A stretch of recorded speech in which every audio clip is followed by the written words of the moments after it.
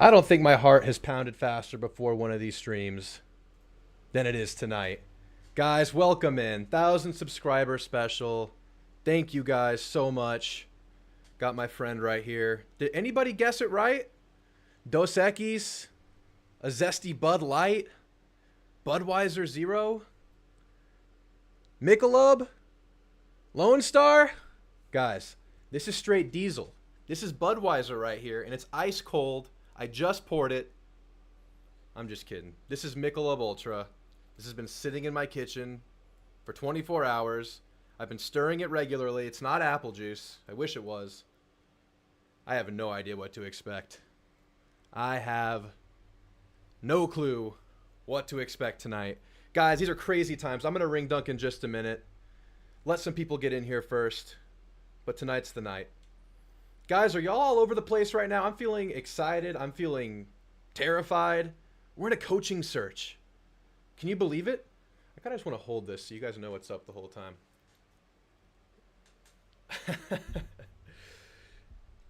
I'm all over the place here, just like the Texas A&M football program right now. I guess we'll talk about that in a second. But guys, I'm ready for any tips. If you want to throw it in the chat, any tips for the ring dunk. I have a confession to make. This is my first real ring dunk. I've only ring dunked a mug. This is my first pitcher ring dunk. So any tips, throw them in the chat right now. We're going to talk a bunch of A&M coaching stuff. We have a bunch of callers in tonight. I know a few of y'all are going to call in. We already have some people waiting in the waiting room. Give me your tips. Breathe in through your nose and out through your mouth. I don't know if that's possible. That seems difficult. I've heard about 60 or 50% of people puke after their ring dunk. Is that accurate? I'm ready for it. I'm ready for it. Thanks, happy 1K. Let's say what's up to everybody in the chat before we get the dunk going. Matt Myers, should I ring dunk too? Yeah, guys, if you're of age, don't be afraid to ring dunk with me. I mean, just drink a beer or something. Have a sip. Crack one open. It's crazy times in Aggie football. Crack one open. Have one with Drew. Tonight's the night to do it. Be shirtless, you young savage. I'm not doing it shirtless, but I expect to be totally soaked by the time I'm done with this. I'm not really a big drinker, guys. This could get sloppy. This could get real sloppy real fast. Aftermarket Consulting, what's up? Good to see you, longtime supporter. I'll try to call in tonight. I don't know if I'm tech smart enough. So guys, I have the call-in link pinned in the chat. What you're going to do is just click it. Whether you're on your phone, your laptop, whatever it is, you'll be entered into a waiting room of sorts. You just need to accept the prompts, activate your mic, and then I'll pull you guys in one by one. We'll talk some Aggie football on the internet. One of my favorite things to do, actually. But you'll be in the waiting room, so you're going to get in line based on when you get in there, so don't be discouraged if you're waiting for a while. There's some people already in there. It's a big week. I'm sure we'll have a few interesting calls tonight. JT, man, good to see you. Yes, we are live. I'm sure you're in here now. Matt Myers has his Ducatis. His Ducatis are ready. Ducati. Jay, what's up, man? Good to see you, Jay. Connor Chappell, do a shoey. I got some news. Chonkla. I can't fill that with beer. That's my house slipper right there. It's a Chonkla. Jackson Brown, Zesty Bud Light. Not this time. We're going Michelob because it's the most water-like substance I could get my hands on that wasn't water.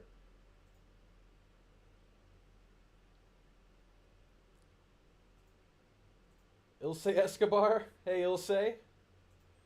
Noble guy. At dinner with friends, non-ags. And them explain. You're explaining the ring dunk. You can just show them this video and they can see what a disaster it can be. All right, Trent Armstrong, you get the first question post ring dunk. Should we just do the ring dunk now? Should we just do it?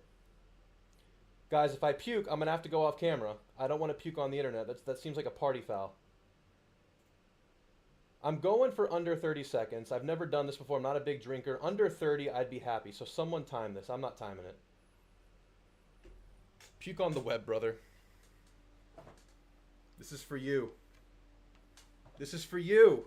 1,000 subscribers. I appreciate all of you. I love my Aggies, man.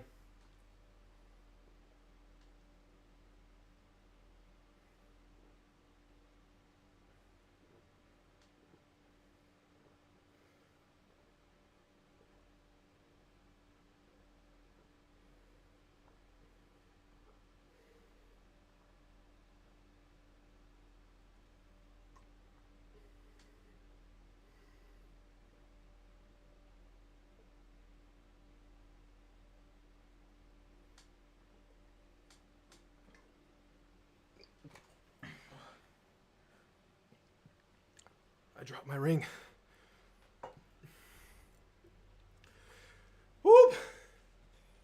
Hey! Hey! I think that means we're getting Ryan Day, guys. That was easy. Yeah, we're getting Ryan Day. I'm feeling it. It's over. End the search. Ryan Day is coming to Aggie Land. They're losing to Michigan.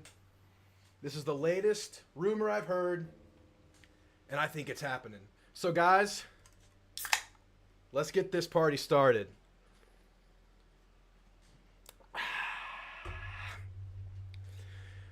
Alrighty. Let's check in on the chat, and then we're going to talk about some coaches. Ooh. Jay, I did it. I did it, Jay. Y'all pushed me. Does someone have a time on that? Someone have a time? 33 seconds, says Sawyer. I'll freaking take it. And next time I do it, 2,000 subscribers, I'll beat it. Everything.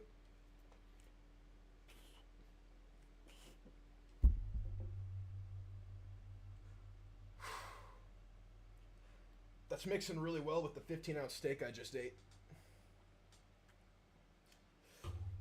Ooh-wee. Matt, I had the ring in my mouth and I spat it out. I forgot it was in there. I think that's a common mistake, right? Excellent form. Thank you. Thank you.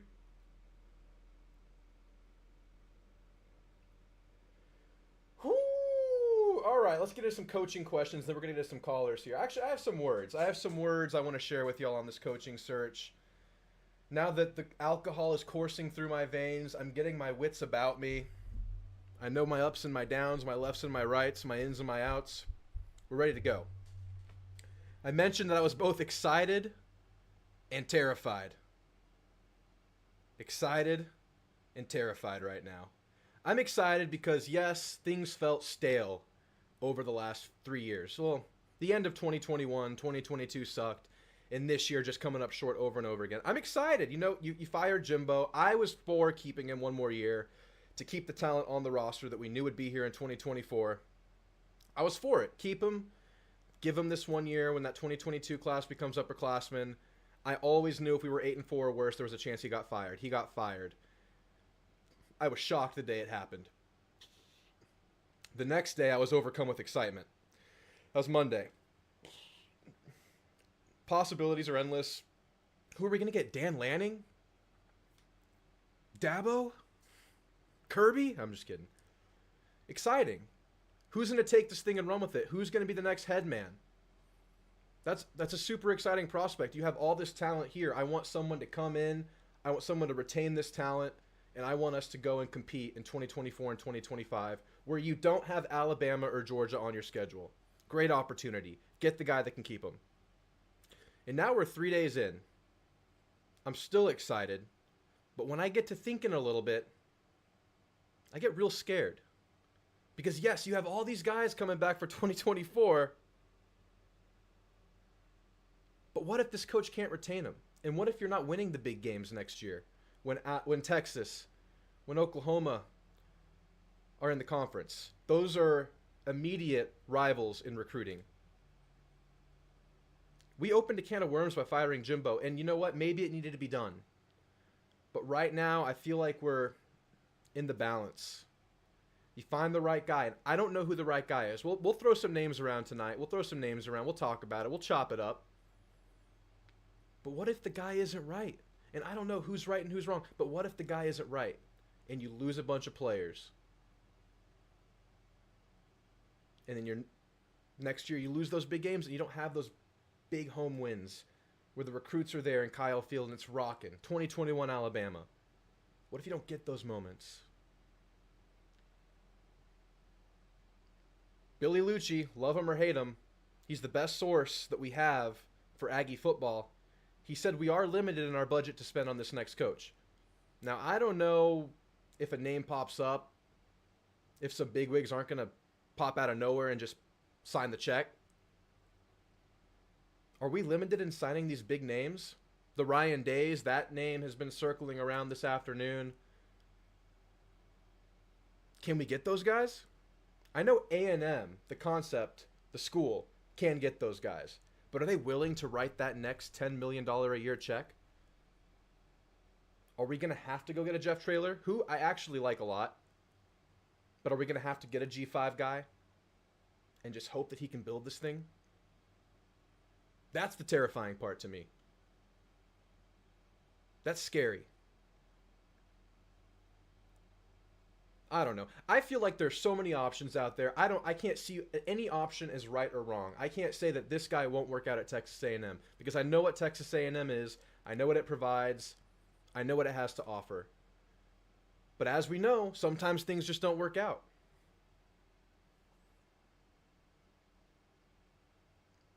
But I am still excited because you never know what could happen. I don't know, man. Here are a few names. So yesterday, or a couple days ago, I put out a video. I put the main names out there. Traylor, Schumann, DeBoer, Deion Sanders, not. A couple more names that I'm excited about, potentially.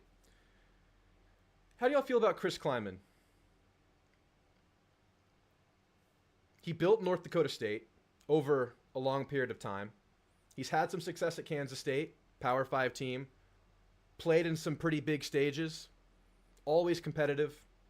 Defensive coach, and that seems to be a winning mantra right now. Get a defensive head coach. Probably affordable. Probably. That's an interesting name. I'd like to hear what y'all think about that. I'd like to hear what y'all think about that. Chris Kleiman. A name that's been around since the day Jimbo got fired and before. Who would, I think, be a slam dunk home run and who would love to be here, but I don't see it happening, Dan Campbell. That would be epic, amazing. But so would Nick Saban and so would Kirby Smart. I just don't see it happening, even though he is just the Aggie football guy. I can't see it happening. I just don't see Dan Campbell leaving his current situation. It'd be amazing. Kyle Whittingham. This is a crazy name, right? He's been at Utah for 20 years. He's had a ton of success there. I know we're looking at all these West Coast guys. We're in Oregon. We're in Washington. Lincoln Riley. Why not Whittingham? Why not? Why not? He's done a lot there. Can't he do a lot here with more tools? Here's a name that has popped up here and there that's interesting, but I'm not for it. Y'all are going to laugh. Eli Drinkowitz. It's been like, what, one good year? He's doing it at Missouri. That's impressive. But it's been 1 year. He recruits really well for Missouri, too. It's pretty crazy how much he can do there. I don't see it. I don't see it. But you can't rule anything out. Another point I wanted to make. We have no idea where the hell Ross Bjork and this coach search committee is going with it. We really don't. I really don't know where they're looking. I really don't know where they're looking. I don't know if they're looking for a... I see Asian Persuasion here saying he likes a young, hungry guy. I don't know if they're looking at that or if they're dead set on getting someone that's already established. Don't. No. I just saw something in the chat I want to bring up. The tech coach is a dark horse. I can't go Joey McGuire. I can't go there. I don't see that. Let's catch up in the chat. Let's see what you guys are saying, then I'm going to get into some callers here. Let's see how y'all reacted to the ring dunk. I haven't even looked at it yet. I just kind of, fired then looked away. Dabo! Yabo Dabo do. I'd be okay with Dabo Sweeney. Here's the thing, obviously. He's resistant to the portal. He's resistant to NIL. Now, NIL is already established here. Would it be a repeat of what we went through with Jimbo? A guy that's kind of resistant to change. Won in the past, but he's on his way out. I don't know. Dabo's won in the playoff era. I need someone to talk me out of Dabo, because I'm okay with it right now. He'd be expensive, though, I'm pretty sure. Maybe one of the callers can talk me out of Dabo Sweeney.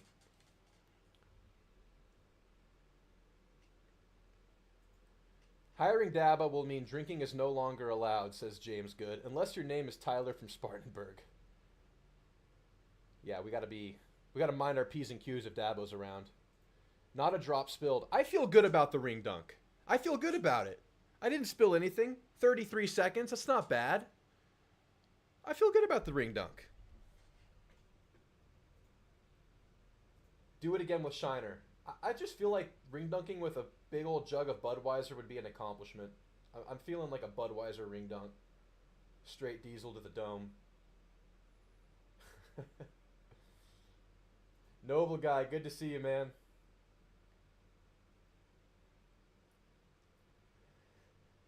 Okay, we're doing the Art Briles conversation. We're talking Art Briles. Mr. Hide It Under the Rug. I don't think we can do it. I think it's too unholy. I just think it's too toxic. Now, I have a group chat on my phone that was once upon a time named Higher Art Briles. Then the scandal happened. Time went on. The group chat's name changed. More time went on. And then we renamed it to Higher Art Briles 2.0. Now we're on Higher Art Briles 4.0 on that same group chat. I could show it to you right now. It's never left our minds, but I just don't think we can do that. I don't think so. I'd rather have Urban. Urban Meyer, anybody? Would anybody take Urban? 5-year run of our dreams? Leave the program in shambles, but damn it, we'd win one or two. I don't know. Maybe he's lost his... Maybe he's rusty. Keep Coach E, says Noble Guy. I'm not opposed, and I have not seen many Aggies that are opposed to this. Keeping Elijah Robinson. Did you guys see what he said in his presser today? There's a different kind of energy in practice right now. They're playing music. Players are voting on playlists to play in practice. That's cool. That's not a big deal.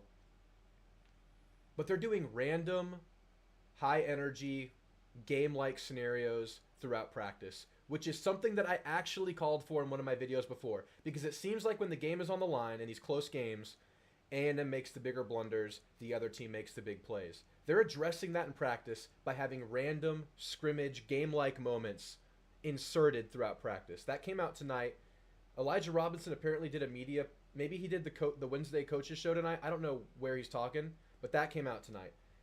I would not have 1 ounce. I would not be upset at all if Elijah Robinson was named coach. I hope they do their due diligence in the search. But if E-Rob gets it, I feel like you keep the most amount of players possible. I feel like you have ultimate retention. I feel like you keep Bobby Petrino, because E-Rob, he's definitely going to be a CEO players coach. And you need someone who can run the offense. And I think Bobby's that guy. I am so curious to see how this team looks over the next 3 games with Bobby as the sole leader of this offense. I'm so excited for it. I feel like we saw it versus Mississippi State. I feel like the offense was different. There was a different quarterback in there, so maybe you had to be a little bit different. Did you guys think Jimbo knew he was canned during that Mississippi State game? I don't know, man. The offense looked different, and then his body language at the end of that game... I have my suspicions, man. I really think it's possible. I can't be mad about Coach E. I can't. All right. Let's get to some callers.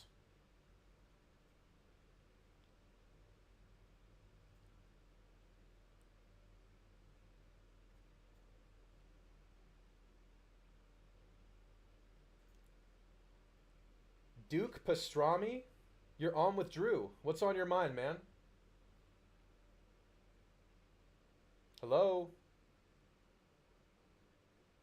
Duke? All right, I think you're muted. Can you hit the unmute button?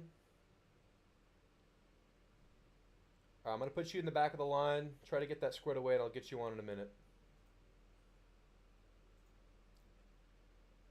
Love Shack, you're on with Drew. What's on your mind, Love Shack? Hey, how's it going, Drew? Long-time listener, first-time caller. Welcome in. Welcome just wanted in. to, yeah, it's good. It's good to see you, man. Yes, sir. It's Glad been a you while. called. You know, I'm glad we could reconnect like this over the internet. This is great.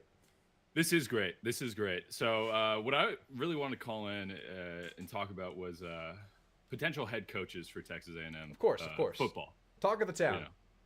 So, I have a short list of guys I think would be good. Sure.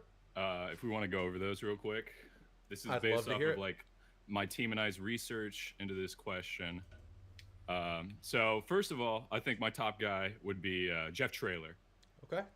Texas guy. He can recruit really well in Texas. He's got culture swag going on for him, and I think he'd retain a lot of players. I really think he did. Like, look at what he's done at UTSA. I think it could translate into a bigger Power Five.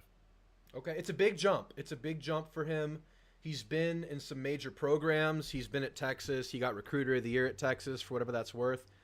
I'm for it. Now, the only thing is, it is a big jump from UTSA to A&M, but for me, Jeff Traylor is the most rewarding of the names out there. And what I mean by that is, if that Texas guy works out at A&M, imagine the pride we're going to have in our head coach. A true Texas football guy is our head coach. That's what I'm saying, dude. That's selfishly, I kind of hope it happens, but it's high risk in my opinion, And just think because of about the jump. another thing that makes him a good candidate would be the price tag. He wouldn't be like a Art Briles type of guy. Let's just say The ever pricey Art Briles. the ever pricey Art Briles. No, Money Briles is what we Yeah, call Money him, actually. Briles. It's a fact, man. I mean, and from reports, from insiders, we've heard we're limited in that regard. You're not wrong there. What else you got?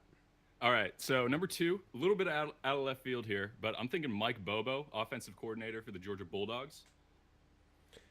We see what he could do with talent in the SEC. He's been proven. It'd be good. Kind of a lesser known guy, so we can get price tag on that. He changed Georgia's reputation by himself. He really did. I mean, Yeah. I don't know. I'm kind of for a defensive guy at head coach, but that's an out of left field one. You know what? I can't write off any names, so I like it. Right. It might be good. It might be good. Yeah. Another guy, Deion Sanders. We got the swag factor. That's undeniable. I think the recruits will stay if we get Deion, and we will get more recruits all across the country, like cool ass motherfuckers too. Yeah, You know what I'm saying? yeah. We get some cool recruits, that's for sure. He's a great recruiter. You'd have to put some great coordinators around him. I don't know if he's a great coach. I think he's a great CEO. Right. Here's I guess my this problem. is me assuming we're keeping E-Rob. You know what I'm saying? Yeah, you keep E-Rob and Dion. That'd be fun. Here's E-Rob the and thing. Deion leading us to the first 12-person playoff of all time. That'd be I think amazing. we get probably 6 seed. We'll make it to the championship. Here's my thing with Dion. I'm going to comment on that. He comes in, he makes the demands. He says, "You're out of here. You're in here. We're going to do it my way or the highway." I don't know how that flies with the A&M bigwigs. That's my concern. I don't know how that circus flies with the powers that be at Texas A&M. I got you. But I mean, I think it might honestly be a welcome type of change. Right. Right. Like a kind of contrast of the traditional nature of A&M to have like a not progressive, but like a new type of figure at head coach. Yeah. Can you imagine him just bring the entire Colorado roster to A&M? Bro, that would be so sick. We get so funny. Shador. He's gone, but that'd be so funny. That'd be so sick. All right, next guy. Keep going. Ken Dorsey, recently departed offensive coordinator for the Buffalo Bills. He's single and ready to mingle. Oh. Yeah? Yeah. I mean, hey, I'm not rejecting any names because at the end of the day, we don't know what's going to happen for any given name that gets the job. So keep it coming. True motherfucking spit. All right, next guy. This is where we're starting to dip into weird territory. I hope you don't mind. I like a little weird. Bring it on. Kevin Sumlin, Return of the King. He's in jail. Culture guy. Big culture guy. Kevin Sumlin out of jail. He could coach from jail. They have phones in that place. If Hugh Freeze can coach from the hospital, Kevin Sumlin can coach from jail. Bro, yeah. I mean, fucking Jim Harbaugh is going to join him soon. Maybe they could collaborate on some offensive stuff. And That's right. Yeah. Okay. next guy, we've been talking about him a little bit in chat, but I think he's really worth our thoughts. Art Briles. Yep. Art Briles is a big one. I know there were like rumors of his death circulating recently, but I'm sure he's fine. He died? There were rumors. Okay. There were rumors that Art Briles had died, but he's all good. Well, then I think we should look at we should look into those should look rumors. his way. But as far as I've seen, like he's breathing. His brain is receiving like electricity to it, and His Yeah, lungs are filling with oxygen. that's definitely a prerequisite on my coaching list that they're alive. So that puts them on my list. Right, right. Another guy I think could be really, really good, and this is another out of left field guy. I have two more. I love the left fielders. Let's go. Charlie Strong. I think we could do a lot with Charlie Strong, and I think my biggest dark horse candidate. All right, give me your biggest dark horse. If those weren't your biggest dark horses, No. I have an even bigger dark horse candidate. Are you ready for this? This is gonna blow your freaking mind, but it would be a home run if we got this guy. after Kevin Sumlin, if this blows my mind, I'll be impressed. This will blow your mind. Ready? Dark horse candidate, Peyton Manning. Why the Super hell Bowl not? winning quarterback. We'd get Arch. The pedigree. We get Arch Manning. We'd get another Manning if they had another one. All the Mannings. Man the decks. And imagine how cool he would be on the sideline giving his commentary to like the players. Dude. So, Yeah, he could be mic'd up every game and just kind of commentate every game. Well, that's what I'm thinking. I got to tell you, I don't think I've seen a better list. I think Yeah, that's basically my top 10 from the research that my team and I have done. We spent about 2 weeks on this because we caught wind of the Jimbo thing right away because I know some guys at on the coaching staff. Yeah.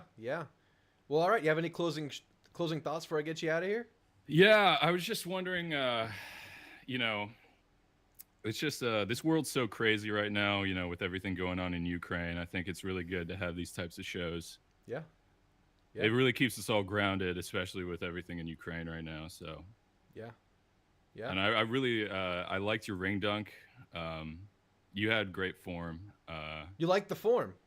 The form was good. Okay. I wish you had gotten like on one knee and done it because that would have been a little more swag. Well, I was out here testing it. I wanted to make sure I was centered in frame. I tried standing up. I tried it shirtless, but the color contrast, it was just too much. But I appreciate it. Do you have a little FT going on right now? What is FT? Farmer's Stand. I do. Okay. Yeah. Well, we need to get you out in the sun, man. I need to get some sun. Well, all right, Vitamin Love Shack. D. All right. If you have nothing else, I appreciate you. I appreciate the list. You've given us all a lot to think about.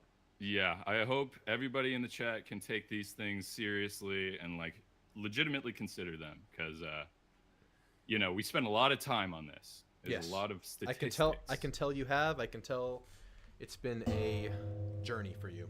And well, if anybody thinks I'm an idiot for saying all this shit, fuck you. All right. Bye, Love Shack.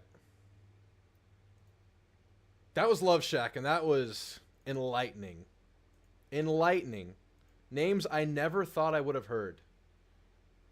Kevin Sumlin back at A&M. Amazing. Question for the caller. Is this team and group of experts in the college football industry or a group chat that federal government should look into? I'll let you guys come up with the answer to that. All right, next caller.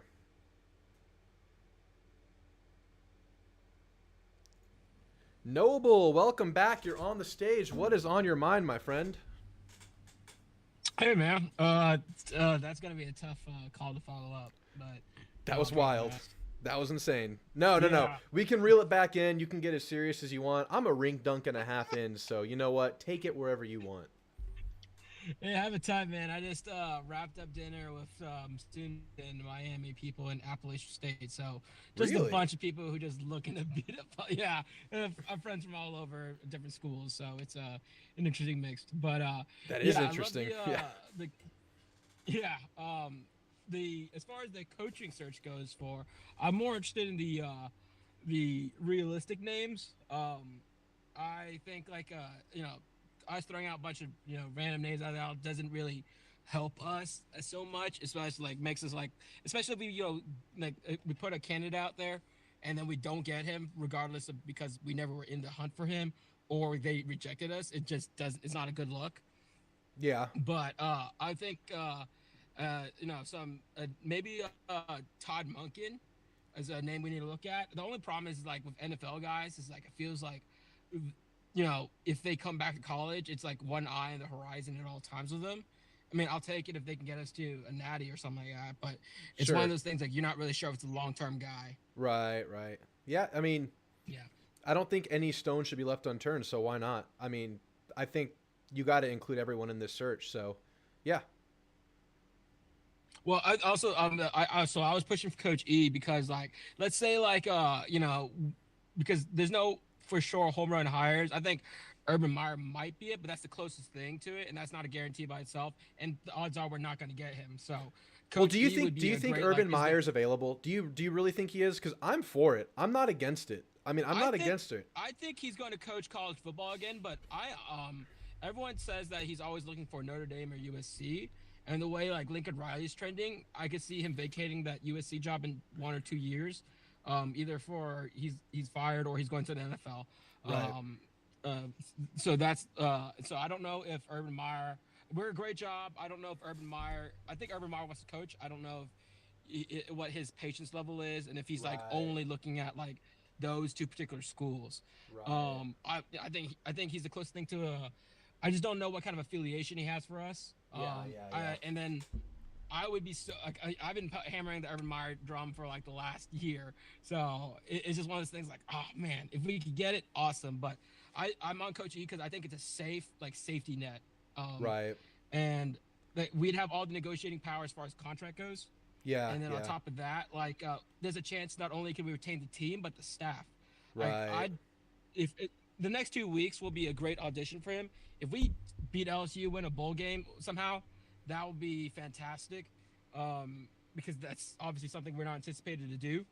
And you know, and then at that point, like if Coach E is the players guy that everyone says he is, then Yep. let his coordinators do the work. We'll see if Petrino offense is really unleashed. Yeah, And dude, we'll that's a see, good. I mean, yeah, I mean, Petrino and Erob just sounds like a match made in heaven if you're gonna go that route. Because Petrino is a head coach. He can take this offense and make it his own and totally manage it by himself. And Erob wouldn't have to do a thing.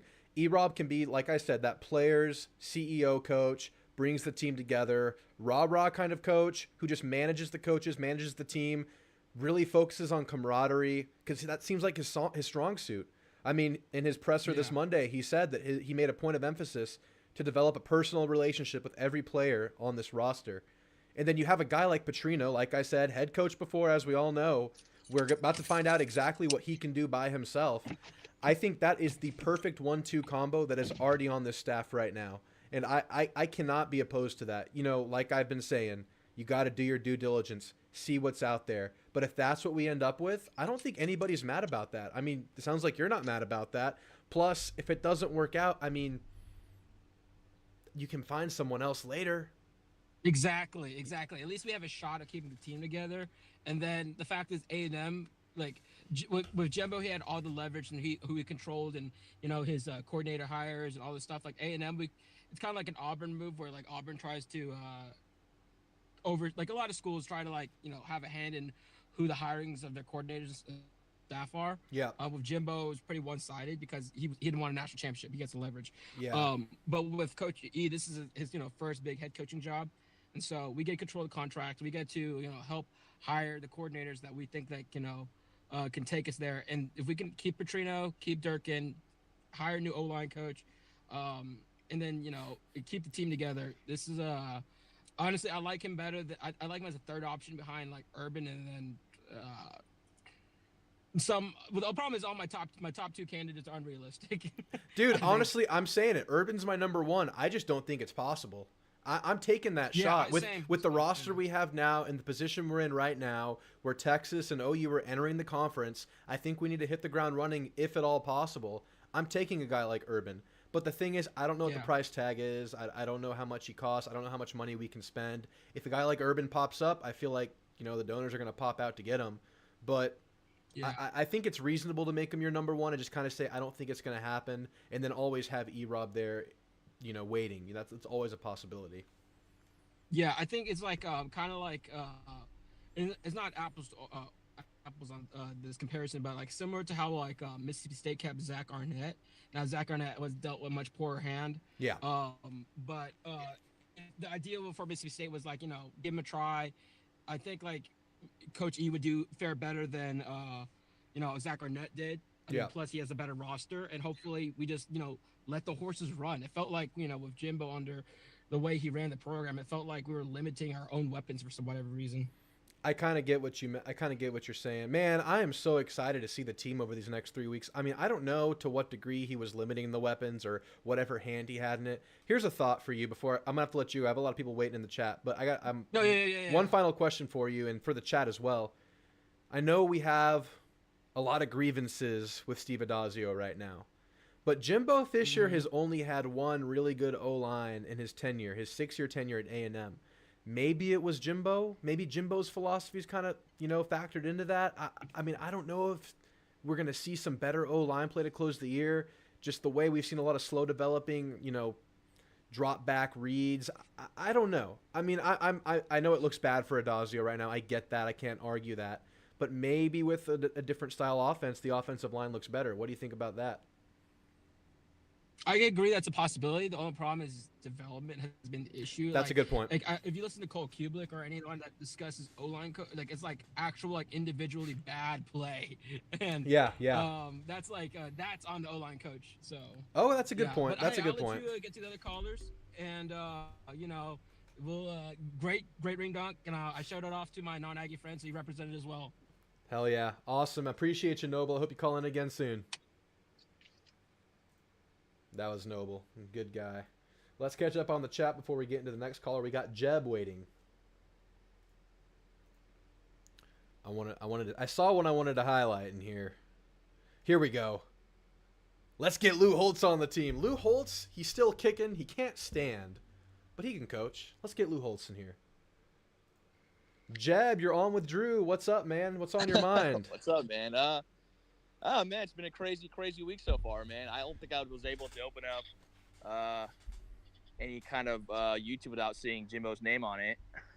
Dude, I know. We talked last week. Did you think we'd be talking this week after a 51-10 win and Jimbo getting fired? Did you think that would happen? Yo, dude, I think most of us can say, man, we were all shocked. I mean, I'm not opposed to the firing. I just thought it was weird timing. Yeah. I mean, in hindsight, I get it, but at the time, dude, I was shocked. Were you shocked? Oh, hell yeah. I'm not gonna lie, man. I was kind of emotional, dude. I was like, say what you want about Jimbo, but we've been used to him the last 6 years, so it's weird to like finally see like the era come to an end, Yeah, man. I mean, I'm thinking back to like the Orange Bowl, the one good year, the LSU win from 2018.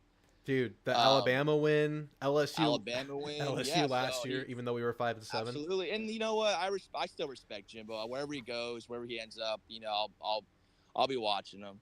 I can't say I have any bad feelings, ill feelings towards him. It just didn't work out. I mean, I don't know if the term "washed" is used, but I just think offensively, it just didn't click. Did you feel like Jimbo had a hand in the offense this whole year? I mean, a little bit. I thought so. I think in the Bama game, and after that, I feel like it felt like Jimbo's offense. Yeah. I mean, I felt the same way. Did you feel like in this last game? I know you keep an eye on this stuff. Did you feel like Jimbo knew this was his last game? Dude, I don't know. I mean, if you watch Texags, they'll say like he didn't know. That's what Ross said. That's what Ross said.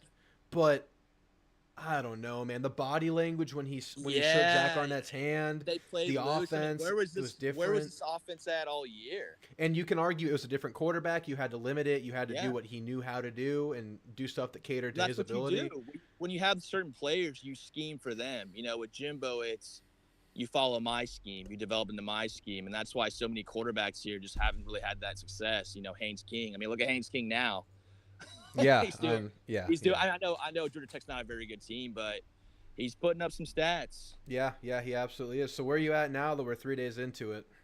I'm excited, man. I think, people talk about all the time how, Jimbo's kind of holding us back, and I kind of do agree to that. Like, I like Jimbo. I wanted him to pan out. I would have been fine if he, for one more season, but it's like if we would have retained him, I just feel like it would have been the same thing next year. Yeah. Would have been offensive line struggles, quarterback struggles. Are we playing our backup quarterback again? It's just one of those things where it's like why wait till next year when you can just start the process now? If You you know? already feel like it's a thing you're gonna do, might as well do it now. Yeah. Because you're paying him I mean, I agree. regardless. You're I paying know. him. I know you have to do a double salary now for the next 8 Right. years. Oh But yeah, if dude. you're gonna Everyone, pay him and everyone you're and their gonna do mom it is later, do it now. I mean, I get it. everyone and their mom's been talking about the salary the whole entire week. Like, we Oh, get it, yeah. all right? Yeah. We get it. It's a large number. He's getting paid to do nothing.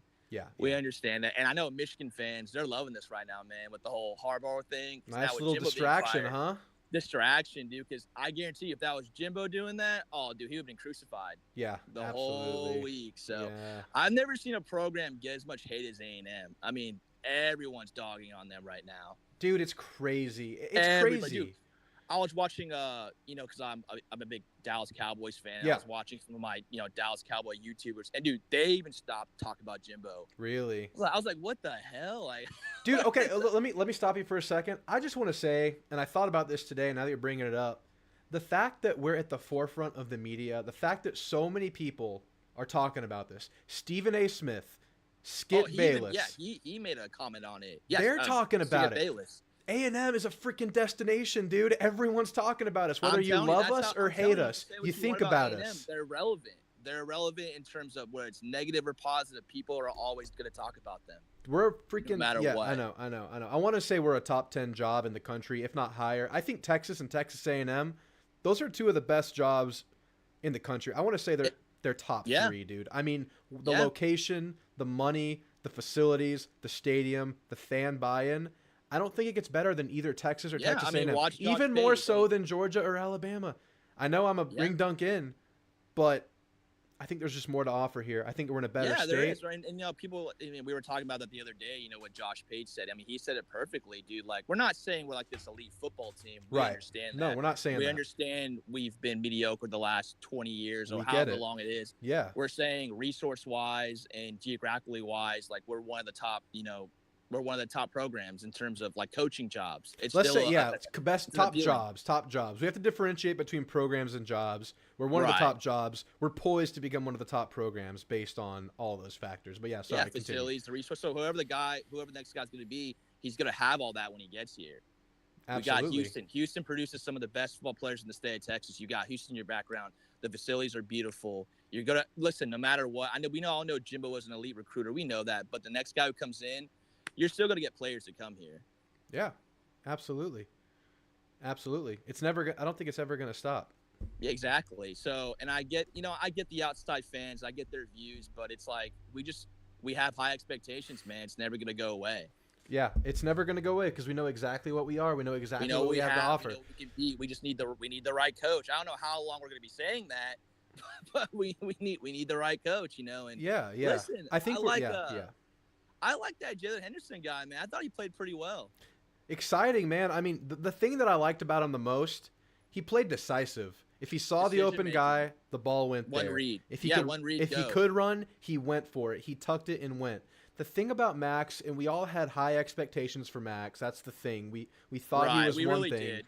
We really did. He has a little bit of a hitch in his game, doesn't he? Just a little bit of a Dude, hesitation. okay, not only is he faster and more athletic, but dude, his release, I'm telling you, dude, when a guy's with quick releases, man, I'm drooling over that. His release was so much quicker. We ran the RPO and it was just so much better. Dude, it was pure. It was the offense just clicked with it. It was a They quick played play. fast and it just, man, it makes you wonder like what could have been, if you would have played him a little earlier. Who would have known? Personally, I thought they should have gave him a look after the Tennessee game. That was Max's worst game, wasn't it? Tennessee. Yeah. It was 6 quarters. I mean, you think about Alabama's second half and you think about the Tennessee game. I was like, at that point, yeah, I'm kind of over Max Johnson. Like maybe look at the third string guy, but I know Yeah. with the third string guy, obviously lack of experience, but why not at this point? This point, yeah. You And could have tried him in the South Jimbo- Carolina game, a more Right. manageable game. Exactly. Yeah. That's the point of doing. And Jimbo, we talked about this earlier about him, kind of coaching conservatively, not really letting the offense go. It's like, well, dude, you have to know you're on the hot seat. Yeah. You got to play more aggressive, man. You can't play not to win. Like that shit gets you fired, and it did. Yeah, it did. And I think with me, it was I hate to say this, man, but after that App State loss, I said, yeah, I don't think he's the guy for this. Yeah, because we had ended the 2021 season like on a downward spin. Yeah. And then Yeah, it was. We were on a hot after we beat Bama. We were on a hot streak. We beat the number 11 Auburn team, and we play Ole Miss, and we're just so close. And that's the one thing you can't lose to Lane Kiffin three years in a row. dude, It can't happen. you can't lose to that guy. Hey, what do you think about Lane coming to A&M? As much as I'd probably enjoy that, because I know offensively he can get it done, and that as of right now, we need an offensive-minded coach. Yeah. I want to keep our defense, but with how painful our offense has been the last several years, it's got to happen. It's not going to happen. I think it's not going to happen. No way. I think with the sour taste in the fan base with Lane Kiffin, I just don't think he'd be welcomed. No, he wouldn't be welcomed. I I think the powers that be are terrified of that move as much as anyone in there might want it to happen. I think they're just terrified by the reaction, and if things don't go well year one, the backlash would just be way too freaking mighty. I think Lane, before we hired Jimbo, I think they said Lane wanted the A&M job. So I don't know if he's like petty towards not getting it. Right. I don't know, man. I know you guys have been thinking about it. I don't really, dude. At this point, I don't even know who. I mean, you got names who you would like, but some of them are probably like unrealistic. Yeah. I still like Urban Meyer, but I don't think it's gonna happen. I like Lanning, but that's probably not gonna happen. He's probably too expensive. I heard Billy Lucci today said that Lanning was truly a $50 million buyout that A&M would have to pay. Yeah, I don't think you see, and that's a huge gamble for him because this is like his second year as a head coach, so it's a huge gamble. And if I'm Lanning, I'm staying in Oregon, and I'm an Aggie. Oh yeah, I can empathize with him. I mean, he's in a great spot right now. He's going to the Big Ten. They're playoff contenders right now. He's making a shit ton of money. He's in a good – I mean, they have a good program. Oregon is nothing to scoff at. It's beautiful, dude. It's beautiful, man. Yeah, exactly. So I don't see him leaving. I like the Washington coach a lot. Was it Kalen DeBoer? I mean, look what he did with Michael Penix. Yeah. Oh, dude, I love DeBoer. You know what? I think DeBoer would be a good guy if you can keep E-Rob. I think DeBoer's a guy that can keep a lot of players around, especially offensive guys that are just excited to get into that system, you know? I mean, Washington is one of the most fun teams to watch this year. Yeah. I mean, just the fun factor. Program. Yeah, they're a good program. He's had two great years there. I'm not opposed to that. Give me some more names that you're thinking, Jeb. I know we talked about Mike Elko. I don't know about you, man. I feel kind of sour about that one. I'm feeling the same way. It's like baseline. It's the boring hire, right? Yeah, it's a boring hire. It's a safe name. I know he's done pretty well at Duke. I think they're on a losing streak, aren't they? I know they're not doing as well as they started the year. They lost their quarterback, though. Their quarterback was good. Yeah, he's Leonard. Gone. Their defense. We know if Elko came here, you know, he knows some of the players. He'll be able to recruit. We'll have a good defense. Yeah, I know that. Yeah, offensively, I mean, my main concern is just keeping the offensive weapons that we have. I know, right? Here's the thing about that. I think we have the layup move with whatever defensive coach we get. And I know this opposes what you're saying. But if you keep Bobby, Bobby can run an offense. I think so. But do you think the new coach staff's going to – I think he's one of the guys who's probably going to get fired. You think so? I think it's possible. I think the new guy, whoever it is, I think the new guy's probably going to bring in his guy is what I'm assuming. Right. But, yeah, I mean, I think this is kind of like, you know, an interview, these next two games. I mean, you beat LSU. You kind of shock everybody with an interim head coach that has no head coaching experience. And the last caller, you know, kind of said, he kind of made me think about it, too, about, you know, what if they did promote him to head coach and you kept Bobby Petrino, you kept Durkin, who had himself a solid year. It'd be kind of fun, you know, like. I think it would be fun. I'm not opposed to it. Plus, I don't know what kind of deal you sign him to. I don't know if you sign E-Rob to a 5-year deal. I think he's more along the lines of like a 1-year deal. Oh, he wants to stay too. And he says he loves A&M. Yeah, and that he wants to stay no matter what he's doing. And I mean, he's an elite recruiter too. People forget how good of a recruiter he really is. If you go click on his primary recruiter list on 247, it's damn impressive. He's a great recruiter. You have to keep him. If you're whoever comes in, you have to keep that man, dude. Just like Terry Price. Like, I'm for paying him whatever you have to pay him as a positional coach. So far, so good. We haven't had AD commitments yet. We haven't had too many transfers. We had one transfer guy, but I feel like he was gonna transfer anyway. Yeah, was it Cottrell? Was it Cottrell? Yeah, Raymond Cottrell. Yeah, we kind of said he was gonna transfer out, but so far, we had a couple guys tweet out saying they want to stay. So Yeah, I don't think now. Obviously, we're gonna lose probably like a dozen guys. I for mean, I'm sure. not saying we're It not. happens every time. I mean, It it's gonna. happens every year. Yeah, yeah, I just don't think we're gonna lose as many people as everyone thinks we are. yeah. I 'Cause don't think so I know either. Josh Pate kind of said that, like, there's gonna be a huge turnover. I mean, you don't know that. I know there's going to be a lot of attention towards A&M. I think a lot of Oh I yeah, mean, there's going to guys are gonna be calling our players for sure. yeah, yeah. I mean, I'm not opposed to it. I'm not opposed to the inside hire, promoting E-Rob and keeping him there and Yeah, keeping and Bobby. that's what I'm I excited think it's about all there. too.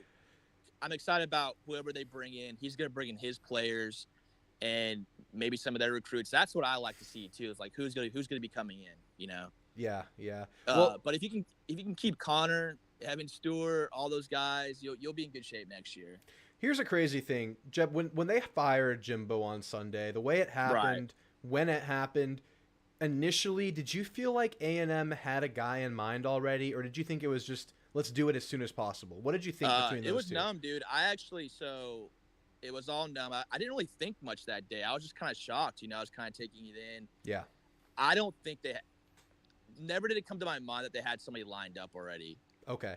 Because that's what came to my mind be initially. cool. I thought for it to happen right now, they must have someone in line. But as time has gone on, I don't know who the hell that would be. Because Yeah, everyone exactly, who's like really valuable, who you would want to get early, besides Urban, and we know that's a pipe dream, they're all locked in. I mean, Lanning, DeBoer, Right. And those they're not going guys. to say, listen, they're all linking the jobs to them. What do you expect those coaches to say? Oh, yeah, I'm interested. They're not going to say it. Coaches lie all the time, okay? Like, they're not going to Lincoln say. Riley. Exactly. Hey, Billy Lucci did bring up his name. He said he was a dark horse candidate. I think so too. I think things are rough right now at USC. I don't know how I feel about them just because. Right. Yeah, with Lincoln, we would have an offense. I know that. We would have no defense, but we would have an offense. Yeah, yeah. Do you fear a new coach coming in and cleaning house? Someone just put that in chat. Oh, why would you? I know. You have all the talent here. Why would you want to clean house? I think when Jimbo came in his first year, he didn't clean house. No. We kept all our guys we kept all our Sumlin guys. We might have had a few transfers. I can't really remember that far back, but yeah, we kept most of our roster. So I think the next head coach, whoever he's going to be, I think we're going to keep. If you can keep half your roster, that's pretty damn good, and keep most of your recruiting class. Yeah, pretty good. Yeah. Plus, I mean, if you get someone that can work the portal and get some guys in based on what they offer and who they are, that's awesome too. I mean, it works both ways. You lose guys, you can gain guys. So yeah, we got to stop bringing up Deion Sanders' name. All right. This last caller, the first caller, almost talked me into it. He made it sound exciting. It'd be fun, exciting. Listen, he would bring Travis Hunter with him. I know that. There you go. But he's just kind of unproven. I mean, this is his first year. I know Colorado, aren't they like on a losing streak right now? They're 4-6. They started like 3-1 or something. Yeah, they're on a losing streak. They don't beat Washington State this week, and they're not going to a bowl. I mean, obviously they quadrupled their wins from last year, but he's just kind of the way you put that, quadrupled their wins 1-4. Yeah, four wins, man. He's coach of the year to me. Yeah. But he'd bring excitement, and he'd bring all his players. We would get recruiting. I just don't know if he fits the culture. I think he brings what A&M doesn't need. I think what he offers is already here. A&M itself can recruit. I mean, it has everything a player would want. Even Sumlin could recruit at A&M. I mean, shoot. Absolutely. Someone said Kevin Sumlin. Isn't that man in jail? That was hilarious. I cannot believe that name came up. I didn't even know he was coaching. He was coaching at Maryland, right? I didn't even know he was there. That's crazy. I know. I was shocked. The first time I see his name in years, he's in jail, and then I found out he was coaching somewhere. DUI. Yeah, I was like, Kevin Sumlin. I know he was at Arizona, but he got fired. But, that's all I remember. And then my brother texted me, was like, Dabo. I was like, I would love Dabo, obviously. I mean, successful. Oh, you would love Dabo? Okay, every time I've brought him up, I get backlash. People don't want Dabo. I get it. I'm okay with Dabo. Dabo's done it. Personality, he's very similar to Jimbo. I think he's stubborn. I think he's got a little bit of an ego. But, dude, I mean, shit, he's got 2 natties. And he's – Clemson – listen, Clemson fans will disagree. Before Dabo got there, Clemson was irrelevant. Yeah. They were. They were just like A&M. They were a middle-of-the-road ACC team. I watched them as a kid. They had Charlie Whitehurst, played for the Chargers. They were decent. But when Dabo got there, he elevated them. Right. I think I would love it. I mean, why wouldn't you? The dude's got a massive resume, and he'll bring recruits. He can recruit. He absolutely can recruit. I think some people don't like him because, like, obviously with the NIL stuff and the portal stuff, he's not really for that. And I can agree to him to an extent, but it's like, dude, it's here to stay. You kind of have to accept it. Yeah. Yeah. I mean, I think eventually he'd come around to it. And the thing, he doesn't embrace NIL. NIL is already established here. It's already established, yeah. So it's like, no you're walking into it. What is he going to do? Shut it down? I mean, he's going to walk into it and embrace it. I mean, he's going to have to. The thing I like about Dabo is it feels like players want to be coached by him. Players get better over time with him. I don't know if that happened as much as it could at A&M under Jimbo. I feel like he brings a little bit more development. I'm not saying development was terrible here, but yeah, I don't know. I see Dabo as a good option. So but my opinion on the development is obviously defensively we were good, but offensively we were a poorly coached team. I mean, yeah. Listen, I like Jimbo, but I obviously had my takes on him. If you watch the Texags, they'll say the same thing. Offensively, we were a poorly coached team. We have all this talent, but it's just not producing. The offensive line struggling with who to block, quarterbacks playing, not loose. It was all him, and I think Jimbo, outside of the recruiting, he just didn't really add any value on game day. You know what I mean? Like, we talked about last year how we wanted him to be the CEO, but it's like, well, we're not paying you that much money to be. So we want you to, develop these kids that you're bringing in. Yeah. And I just feel like, I don't know, man. Like, I just feel like he just wasn't coaching these guys. My personal opinion on it. Yeah, yeah. I mean, the proof is there. It's possible, man. I mean, yeah. I mean, these guys, you would think by this year we would be winning some of these games. Look at all the talent we have, dude. Could you imagine if guys like, I don't think Lane Kiffin is an elite coach by any means, but he's a good coach. And imagine if Lane Kiffin had our offensive talent right now, what he would do with it. Yeah. They'd be unstoppable. Dude, I know.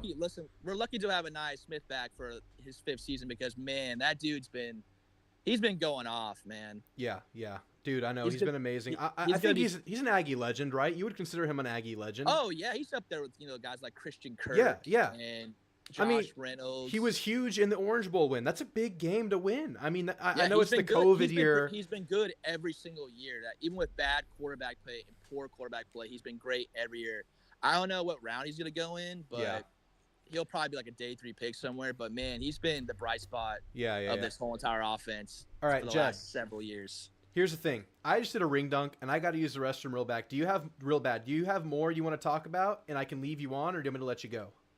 You can leave me on, man. I'll talk all day. I'll talk all night. All right. I got work tomorrow, but, I'm already up. Hey, I'm already up, dude. A&M's coach got fired this week. We're not sleeping. This is a lot. It's a lot to take in. All right, there's a lot to be said. Lots of rants about. Yeah, I'm gonna run to the restroom. You can talk. You don't have to, guys. I'll be right back. Give me about 1 minute. I'll be right back, Jeb. No problem.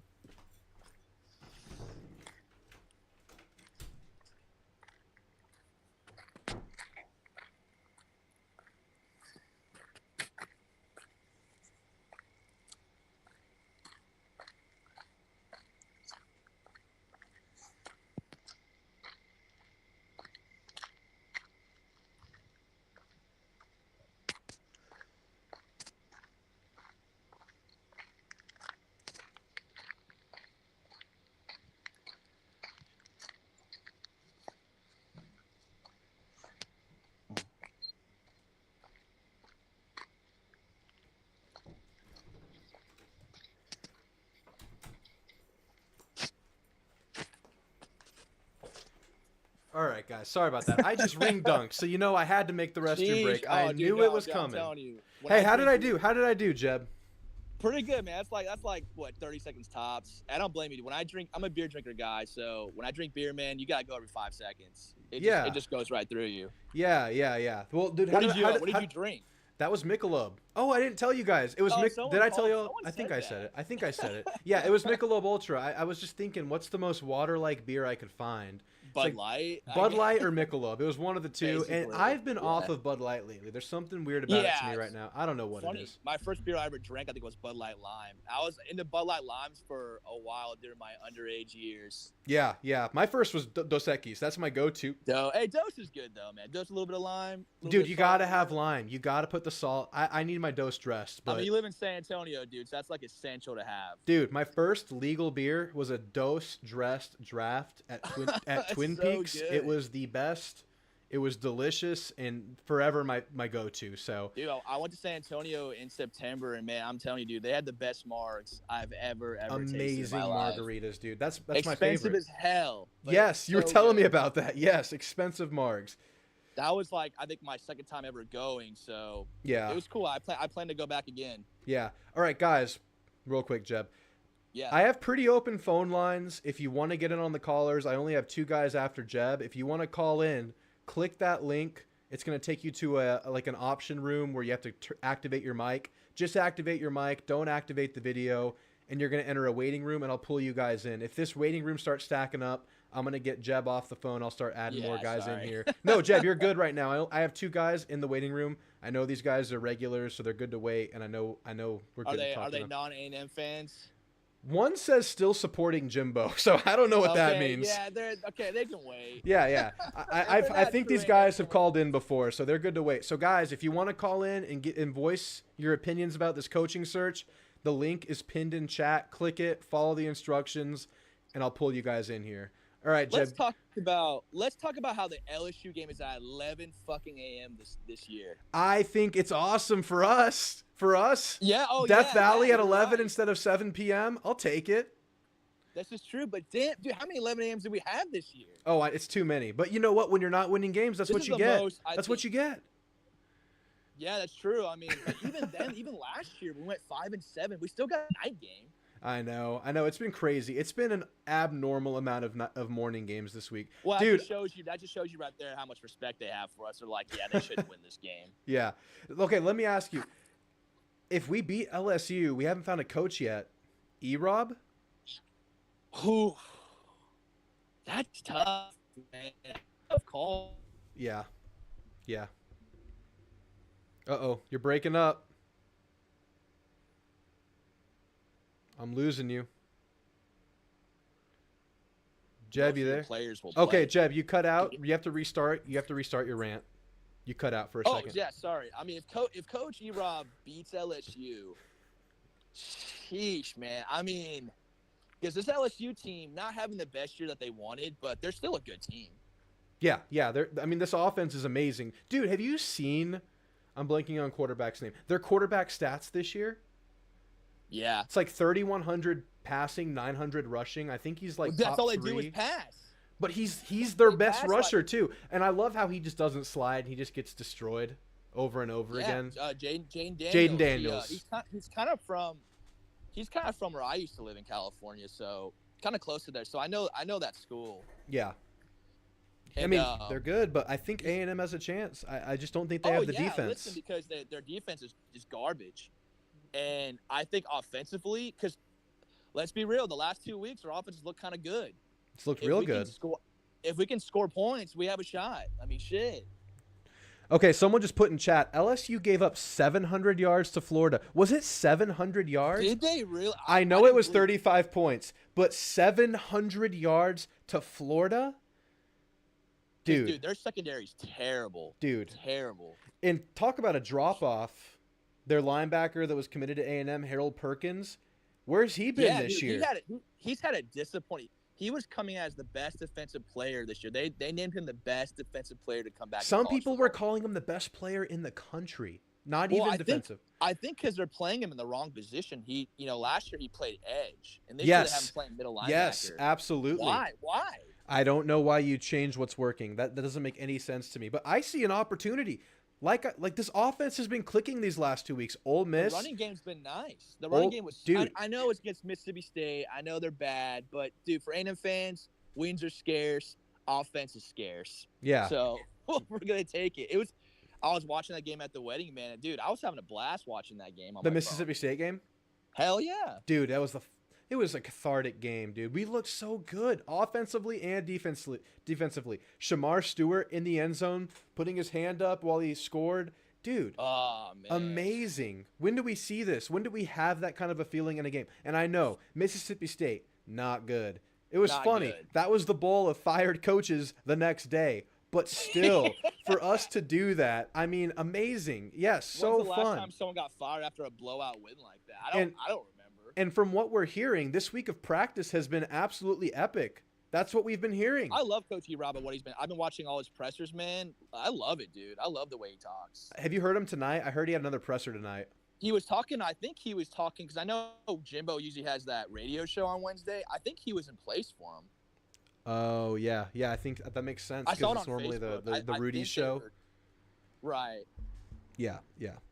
Well, dude, I think there's a chance it happens, but man, if he wins out, if E-Rob wins out and they haven't found a coach yet, that's a weird position, dude. Yeah, I'm expecting them to have a coach. You think probably by the bowl game? When you expect, or like LSU? I would think the day, weeks? like the week after LSU, if there's a name out there, they would know. We would know. I think it would happen then. Okay, someone says LSU had 701 yards. They didn't give up 700 yards. Oh shit! I mean, but they did give up 35 points to a pretty bad Florida. Yeah, Florida's one of those teams where I don't know. Some weeks they look good, some weeks they look bad. They're just very, very inconsistent. And you know, you can say what you want about Jimbo. His players love him, dude. You can just tell. His players love him. I wish him They nothing fight. but the best, man. I mean, Look at I have Sam nothing Pittman. against him. All we talk about is how nice of a guy Sam Pittman and how he's loved by all college fans. His team just quit. Yeah. Arkansas's terrible. I know. It's awful. And now I would take Sam Pittman as our O-line coach, wouldn't you? Exactly. I'm still for that. That might be an option, it looks like.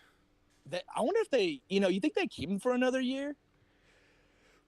That's $1 million question right I there, think man. Sam Pittman's a good coordinator, but I just don't think as a head coach, I just don't. It's looking bad. It's looking real. They got blown out. They had no chance by versus Auburn. And Auburn's offense has been bad this year. But Hugh Freeze was always going to get it going there. It's always been. Yeah, we've always known they were going to get it right. He's a good coach. They're going to be a lot better next year. For sure. They're a threat. They're legit. Yeah. I don't think we play them next year though. Yeah. Oh, do we not? I think you might be right. Because I think they're going to the north, so it's like OU. We don't play Alabama, we don't play Auburn. I think our schedule is pretty favorable next year. It's favorable. The roster with the upperclassmen, the 22s becoming upperclassmen, it looks really good. All right, Jeb, I'm gonna have to let you go here in a second, but I do have a chat in here I want you to address. OC Airsoft says Jeb sounds like he's a Valley boy from California. Oh yeah, I'm from Southern California. I lived in Huntington for a long time. I think OC Airsoft, if I know the channel, and I think I do, I think he's from Laguna Beach. Oh, that's like the nice area, man. Yeah. So, yeah, a couple Cali boys in here. I've been an A&M fan my whole life. I had to come to A&M. I had to leave home and come to Texas. Yeah. Well, all right, Jeb, I appreciate the thoughts. Give me any last minute, like, dark horse names real quick. You can't really expand on them. I got one that everyone's been talking about. So I don't know if it's a dark horse. Everyone's been throwing out Mike Gundy's name. Ooh, that's tough. I like Mike Gundy. I just don't know here.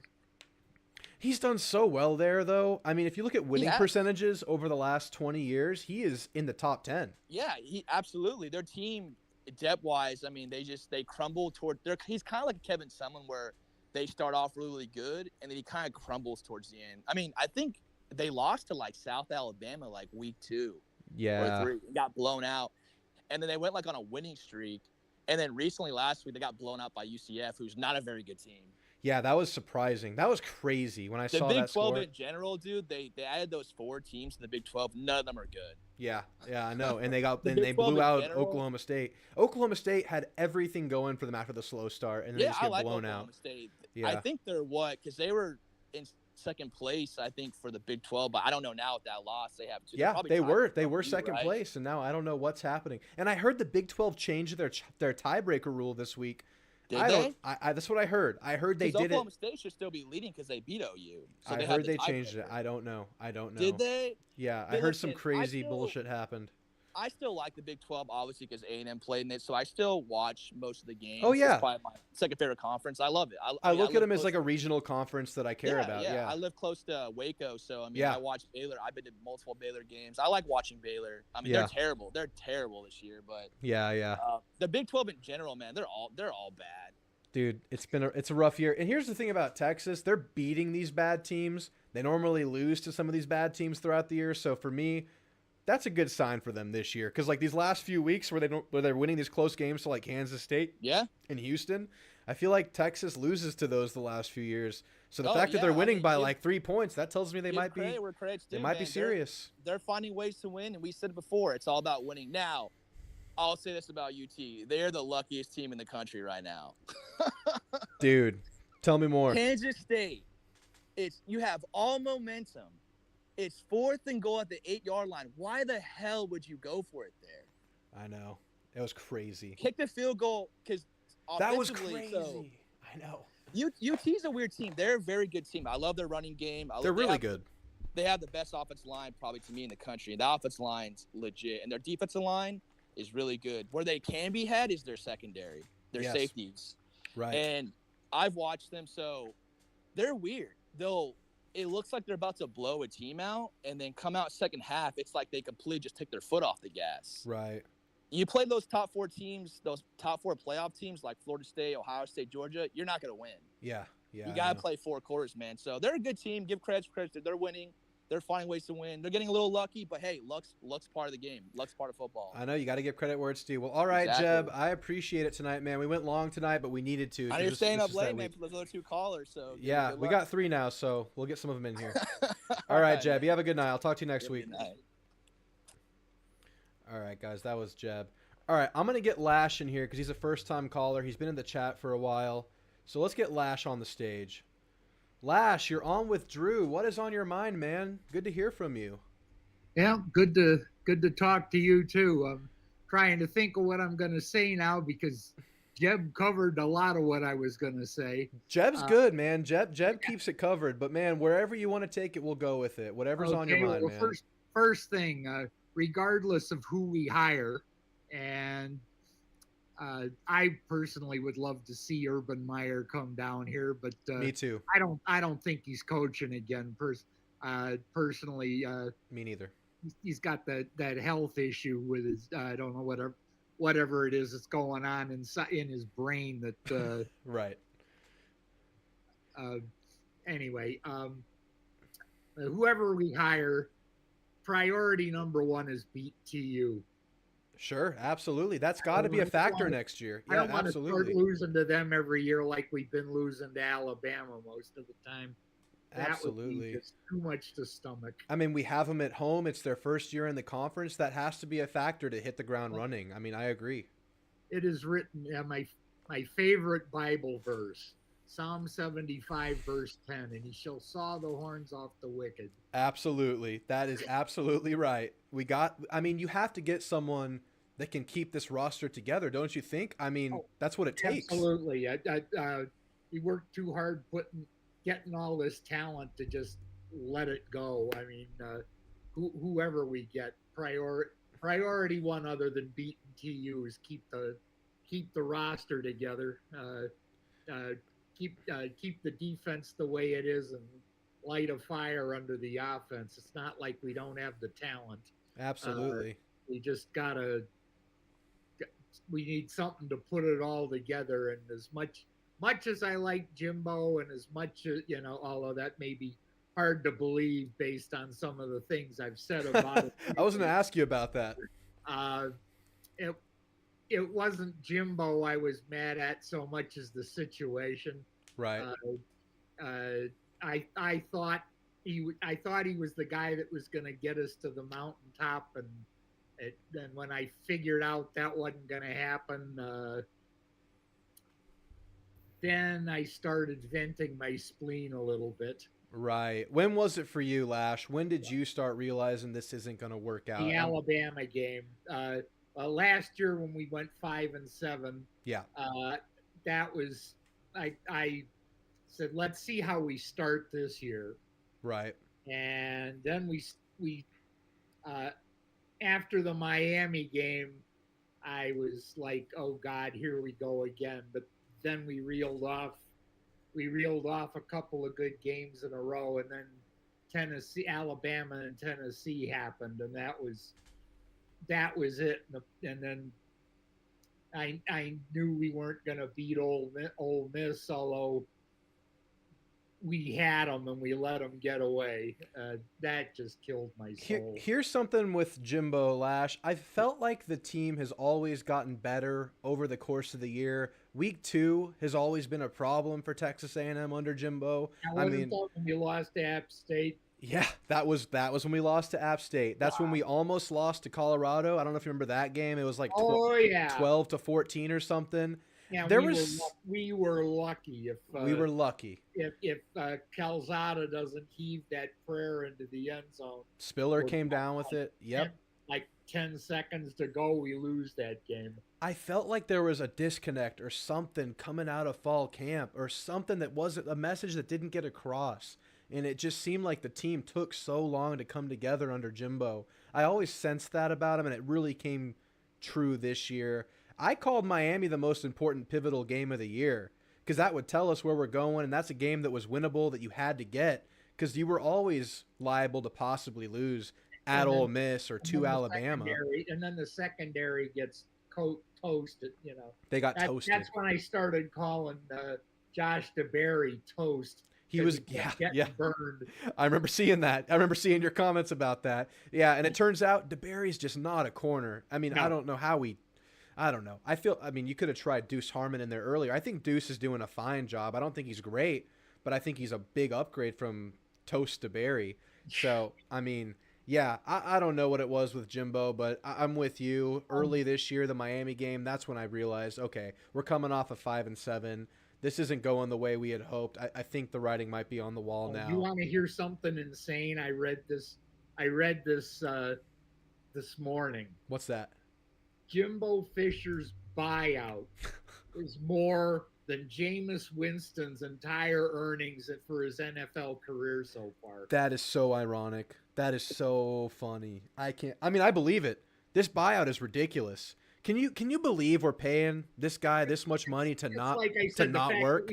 The fact that we committed, that we guaranteed that entire contract because we were afraid we were going to lose him to LSU. Yeah, that's the kind of thing. That's the kind of thing that causes people that aren't Aggies to tell Aggie jokes. Oh, that's an Aggie joke generator if I've ever seen one. And I mean, those are the same people that are making the decision for the next hire. That scares me. Yeah, the scariest part of that was Sunday when I read that Jimbo. I woke up to Jimbo Fisher is fired. And I'm like, what? I mean, now what are they trying to do? It's like they chucked a hand grenade in the middle of it just for the sake of blowing it up. They opened a serious can of worms when we least expected it, man. And, it's exciting and terrifying at the same time because we both know it was going stale. We both know it wasn't working out. But now what? That's the thing. Since Elijah Robinson's press conference, I've settled down. I'm not as terrified as I was. Right. Because at least they've got somebody that seems to have a relationship with most of the roster and doesn't have any illusions about where he's headed. Right. Which just, keep it together. Don't let it fall apart now. I mean, I'm grateful for Elijah because the relationship he has with the players. I mean, what better man to navigate us through this situation? I mean, there's going to be damages. It's going to happen. But Elijah seems like the kind of guy that truly cares about his guys and has their best interest at heart. And he seems like the kind of guy that our players are going to want to fight for and maybe stay for. Yeah, he actually gets in there. He actually gets in there during practice and, lines up against some of those guys, and I'm like, the big guys, the 325 pounders. If I saw Walter Nolan standing across, I'd crap my pants, dude. Me too. Yeah, I just like. And he does it every day. He's there every day. And I'm not a small guy, but I'm not only over the hill. I'm halfway down the other side, Right. Accelerating due to gravity as we speak. Yeah, gotcha. And if I sound like an old physics teacher, it's because I am one. Oh, I gotcha. Yeah, man. Well, Lash, tell me some names you're interested in at this point, because here we are. Jimbo's gone. I mean, everything's done at this point. I mean, would you be for keeping E-Rob, or do you have some other names you want to see first? Well, I kind of like the idea of keeping Erob and as long as Petrino's running the offense. That's a Uh, great combo. I think it's a great pairing. Yeah. I was looking at Elko, but lately again and again he's got a built-in excuse. His quarterback went down, but it just see some Yeah. of the bloom has come off of that rose recently. Absolutely. As far as Dabo, unless he's ready to embrace the transfer portal, uh, he's not going to win here because if the transfer portal's a one-way street out of town, that's the last thing we need. Yeah, yeah. I mean, he hasn't embraced it yet. I don't know what would make him embrace it by moving here. Yeah, I mean, that's what I mean. He's like me. He's stubborn as you know what. yeah, he's very stubborn. Yeah. And let's see, I'm trying to think of who else might.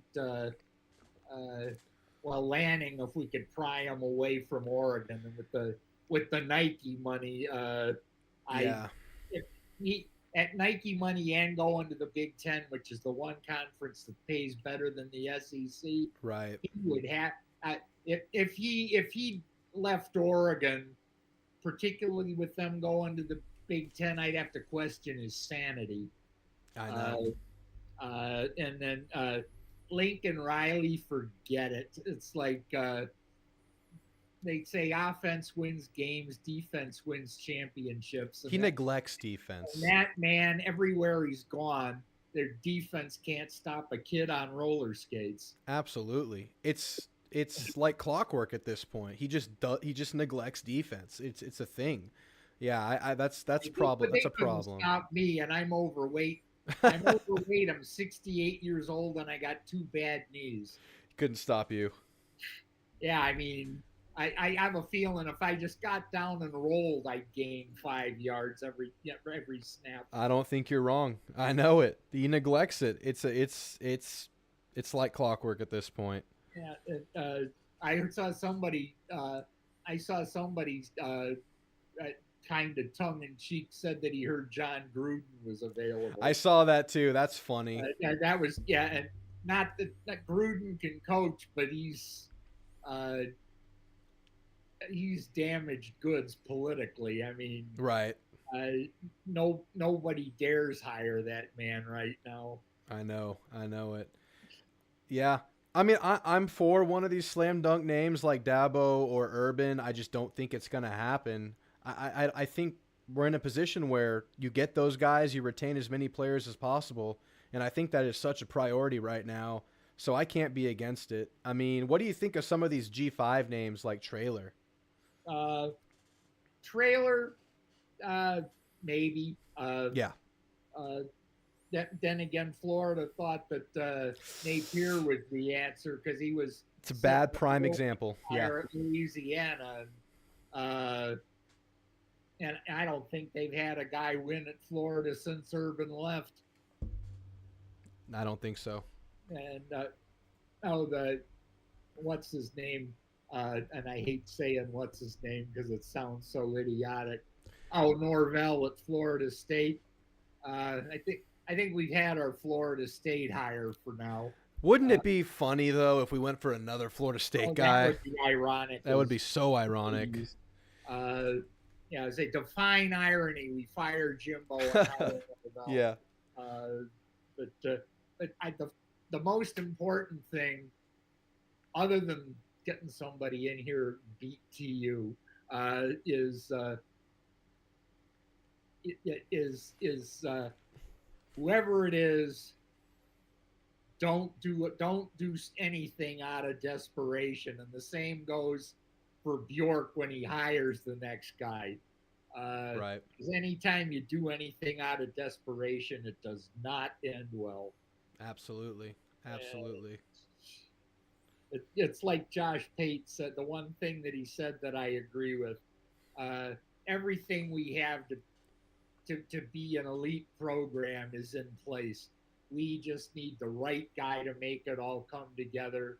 And I thought Jimbo was it, and I'm really disappointed that he wasn't.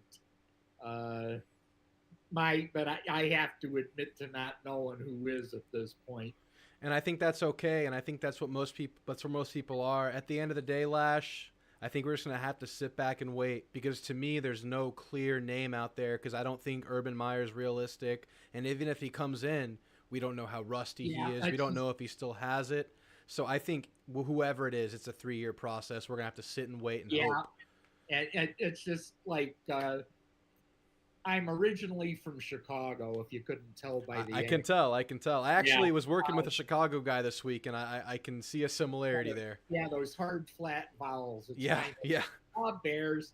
Anyway, yes. What my father, God rest his soul, was a Cubs fan.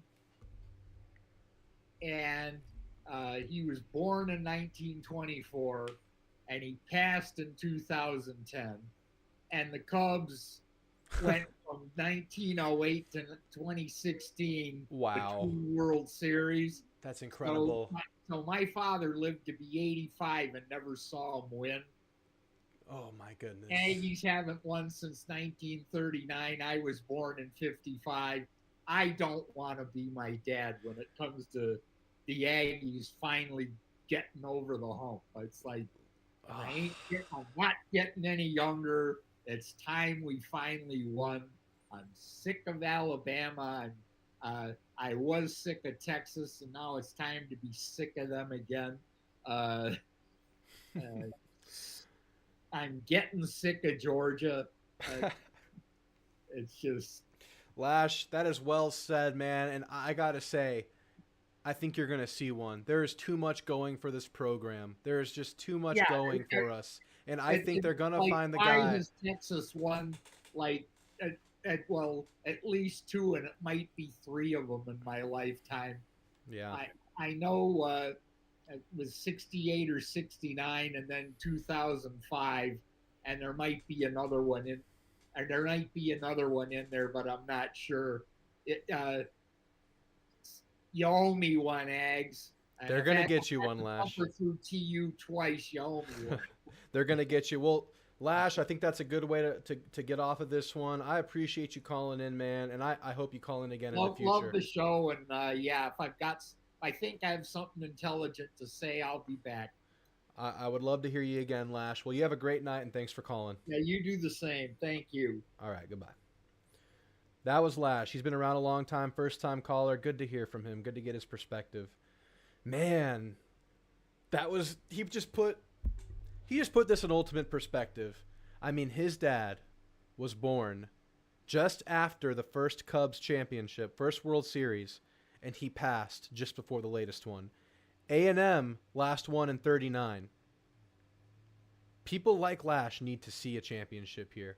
We have everything in place. It needs to happen. Truffle Shuffle, thank you so much for the $4.99. Will be interesting to see how the college football playoff plays out. Every year there are shakeups these last few weeks.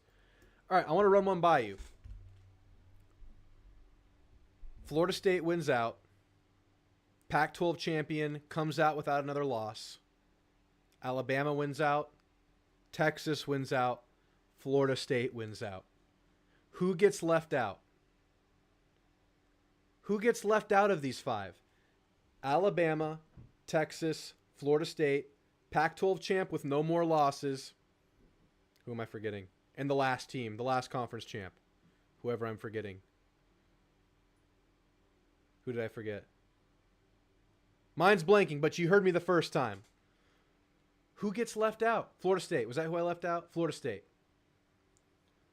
That's a conundrum. I don't know who gets left out of that one. That one scares me. I want to say, like, if you're going to do right by all these teams, does Alabama get left out? They lost the head-to-head.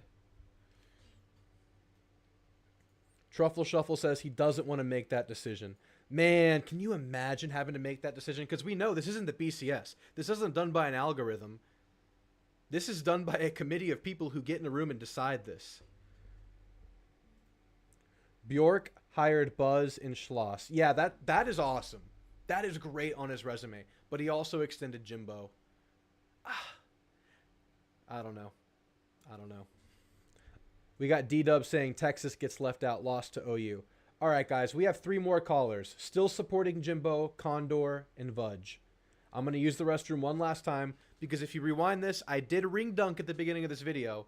So, of course, I have to go to the restroom a couple times. I'll be back in about 60 seconds, and we're going to get to these last 3 callers. Stay right there, guys.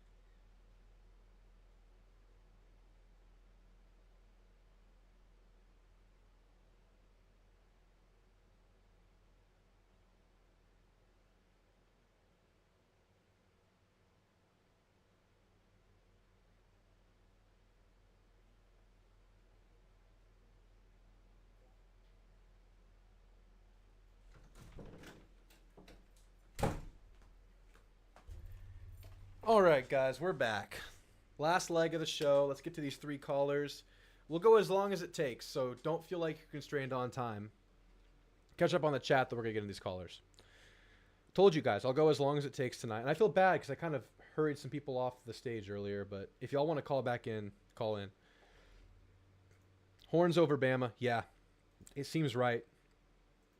Texas could get left out because of their schedule. Yeah, I don't know. Fan from Tokyo, says Ronnie Barker. Man, from Tokyo? Keep up the great content. Appreciate that, Ronnie. That's awesome to see. All right. Let's get in here with still supporting Jimbo. Still supporting Jimbo. You're supporting him to this very day? I mean, where do you think Jimbo goes from here, still supporting Jimbo? To his house. It's done. I know when we first talked, I feel like you're the same guy that was support Jimbo earlier in the year. Is that right? That was your name before. Now it's still supporting Jimbo. That was you, right? Yes, sir. That's me. So where are you at now? Your man got fired. Do you still support him? Absolutely. I think this was a giant mistake. Really? Do tell. Tell me more. Why was this a mistake to fire Jimbo? Well, didn't you say that next year, 2024, was the year we're going to see this talent start to be utilized? I've been saying that for 3 or 4 years, yeah. Man, I had a tear in my eye when I woke up and found out. Did you really? I did. I was sick. I couldn't believe it. I'm still a little shell-shocked right now. Well, I mean, I think there's an argument for not being happy about it because we're in no man's land right now. We don't have a coach right now. But, I mean, I don't know, man. I feel like he had his time here. Man, remember I said 10 years. Give him 10 years? Yeah. Well, he's gone, man. So who do we go for next? Well, one thing's for certain. I don't remember that earlier caller, what his name was, Love Shack, Love Shit. But if it's Deion Sanders, I'm out of here. You're not a Deion guy. Absolutely not. I hate everything he does. I hate what he represents. What's wrong with Deion? He's clearly in it just to coach his kids. He don't care about the results. He just wants to put his kids in the NFL. Oof. He gives Travis Hunter what's that? He plays every play. He's getting beat up. He's in it for his sons and Hunter. That's all he cares about. So you're not for that. Absolutely not. Well, what if we got Dabo Sweeney? How do you feel about Dabo? Yeah, Dabo's a good man. I think he's a little old-fashioned. I don't know. I don't know if he can compete in the way that A&M wants. I think he can get you 10-2, 9-3, but we got to be honest with you. There's a lot of talent on Clemson right now, and they're 8-4, and not that great of a conference. That's because of his hires, right? His coaching hires. It's hires. It's portal. Now, look, I'd take a chance on him. I think he could be rejuvenated, but I don't know. It's risky. It could be like another Jimbo hire. You know what I mean? Here's what I'm going to kind of talk to you, but I'm also going to talk to the chat here. He just said Dabo might just be a 10-win cap for the program. How would us Aggies, we Aggies, feel about a coach coming in and winning 10 wins within the first 3 years? I think I'm happy if a coach wins 10 games in his first couple of years. Depending on who you're able to keep for next year, I think 10 wins should be on the table. I'd be okay with 10 wins and not a championship next year. Wouldn't you guys? I'd be okay with 10 wins, depending on who you keep. Now, if you keep everybody, you need to contend, I think. There's just so much on this roster. But Dabo gives you 10. With this roster, Dabo could give you 12. Don't you think? Higher, Jimbo? I think he could. He'd be rejuvenated. Like I said, I think maybe things are a little stale at Clemson. I don't know. Give me a couple other names while I have you here. Okay.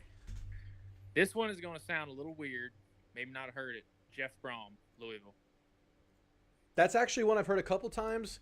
He's doing some really good things at Louisville, isn't he? He is. They were not. That man has succeeded everywhere he's coached, and they haven't been good these past few years. They haven't, and this year they're good. Okay, here's another one that I would be really interested in. What about Eli Drinkowitz? Hold on, everyone likes 10 wins. Everyone is saying 10 wins in the SEC gets you into the playoff. That's what I'm saying. If you're coming in and you're retaining talent, you can get 10 wins with this roster. I mean, does anybody in here think that's not possible? With a 12-team playoff, like Truffle Shuffle said, it's possible. Okay, continue supporting Jimbo. I'm sorry. We're on your previous thought. We're on to the next thought now. I said Eli Drinkowitz. I brought him up at the beginning of the stream. I'm not super sold. He's only done it really for one solid year as a head coach. He succeeded at both places. App State? Yep. 1 year at App State. And he was successful. He's successful. How about Chris Kleinman? Chris Kleinman did it for years and years at North Dakota. Nah, he done some. I've watched some of his coach, and he makes a lot of stupid decisions. I don't know about that. Okay. So Drinkowitz. What I like about him is he recruits well for lowly old Missouri. He can recruit out there, even though they're they got a high school field. What about Fat Boy Heupel? How you feel about him? Why would he leave Tennessee? Tennessee's a great program. I don't know. I still think that they're. I don't know if you can win a national championship there anymore. Dude, Tennessee, come on. Tennessee's a great program. I feel like Tennessee can win. Maybe. I don't know. They haven't been good in like 20 years, really. They haven't been a contender in 20 years. I mean, I think I would take it, but I just don't see him. How about Ryan Day? That rumor came up today. Here's what I've heard. Buckeyes fans, if he can't beat Michigan, they don't care if he's 11-1 in the playoff. If he loses to Michigan 3 years in a row, they ain't happy. They don't want him. Shit, I'd hire him. Absolutely.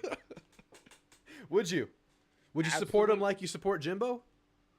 No, but I would support him. I'd be okay with it too, but I don't see that happening. That rumor popped up today. Ryan Day leaving Ohio State just for not beating Michigan, even though he's doing everything else you can possibly do. Ohio State fans are just a cancer. That's the argument I heard. That's what I heard. Horrible, spoiled fan base. That's what I've been hearing.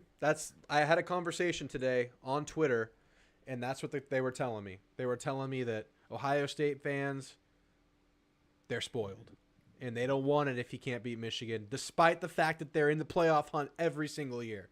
That's crazy. Can you imagine? Yeah. D-Dub says Day is overrated. Here's the thing. I kind of tend to agree with you just on my initial thoughts, because he walked into an amazing situation that Urban Meyer set up for him. First playoff team to win it. They already had the players, the infrastructure. Everything was set up for him. I don't know. Ryan Day might be overrated. This is another one out of left field. I don't know if you're ready for it. Give it to me. The Oregon State coach, Jonathan Smith. He's done a very good job there. I've heard that name. That's interesting. He took over. I don't know much about him. Oregon State was 2-10 when he took over his first year. Now they're 8-2. They went 10-3 last year. How's DJ Ukulele doing? He's doing much better, much better. He's doing good stuff up there. That's actually an interesting name. Oh man, there's a lot of good coaches, man. Okay, so if you're A&M's powers that be, are you going for someone relatively unproven? Or are you taking the home run, looking at the Ryan Days, the Dabos, the Kyle Whittingham? I don't know if that's a home run, but that's an established guy. What are you doing? Are you looking to reset with a younger guy, up and comer? Or are you going big? Well, I mean, define like what would you say? Like would Dan Lanning? I mean, he's big, but he's also young though. I think he's the perfect hybrid, but I think he's too expensive. That ain't gonna happen. It's too expensive. It's just not gonna happen. And I'll be honest, I don't think Dabo's gonna happen. I think he made a comment. I just think he wants more money. Yeah. Realistically, I think Schumann might be. That's his name, Glenn Schumann, right? Yeah, there was a report today that came out from our best insider, Billy Lucci, that the powers that be in Georgia and people who are in the know say that he might not just be ready to be a head coach yet, and that A&M's not really looking his way.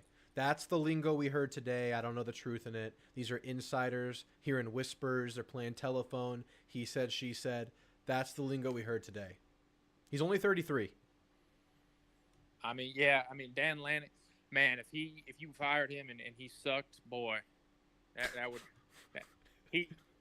If you fire him and he sucks. Yeah, being a 33-year-old coach, man, that's a lot of risk right there. It's a lot of risk. He would be relatively inexpensive, but yeah. You know what, man? I mean, it takes money to make money. You know what I mean? You gotta go big here. Yeah. So you're saying go big. Just go for the big time guy if he's available.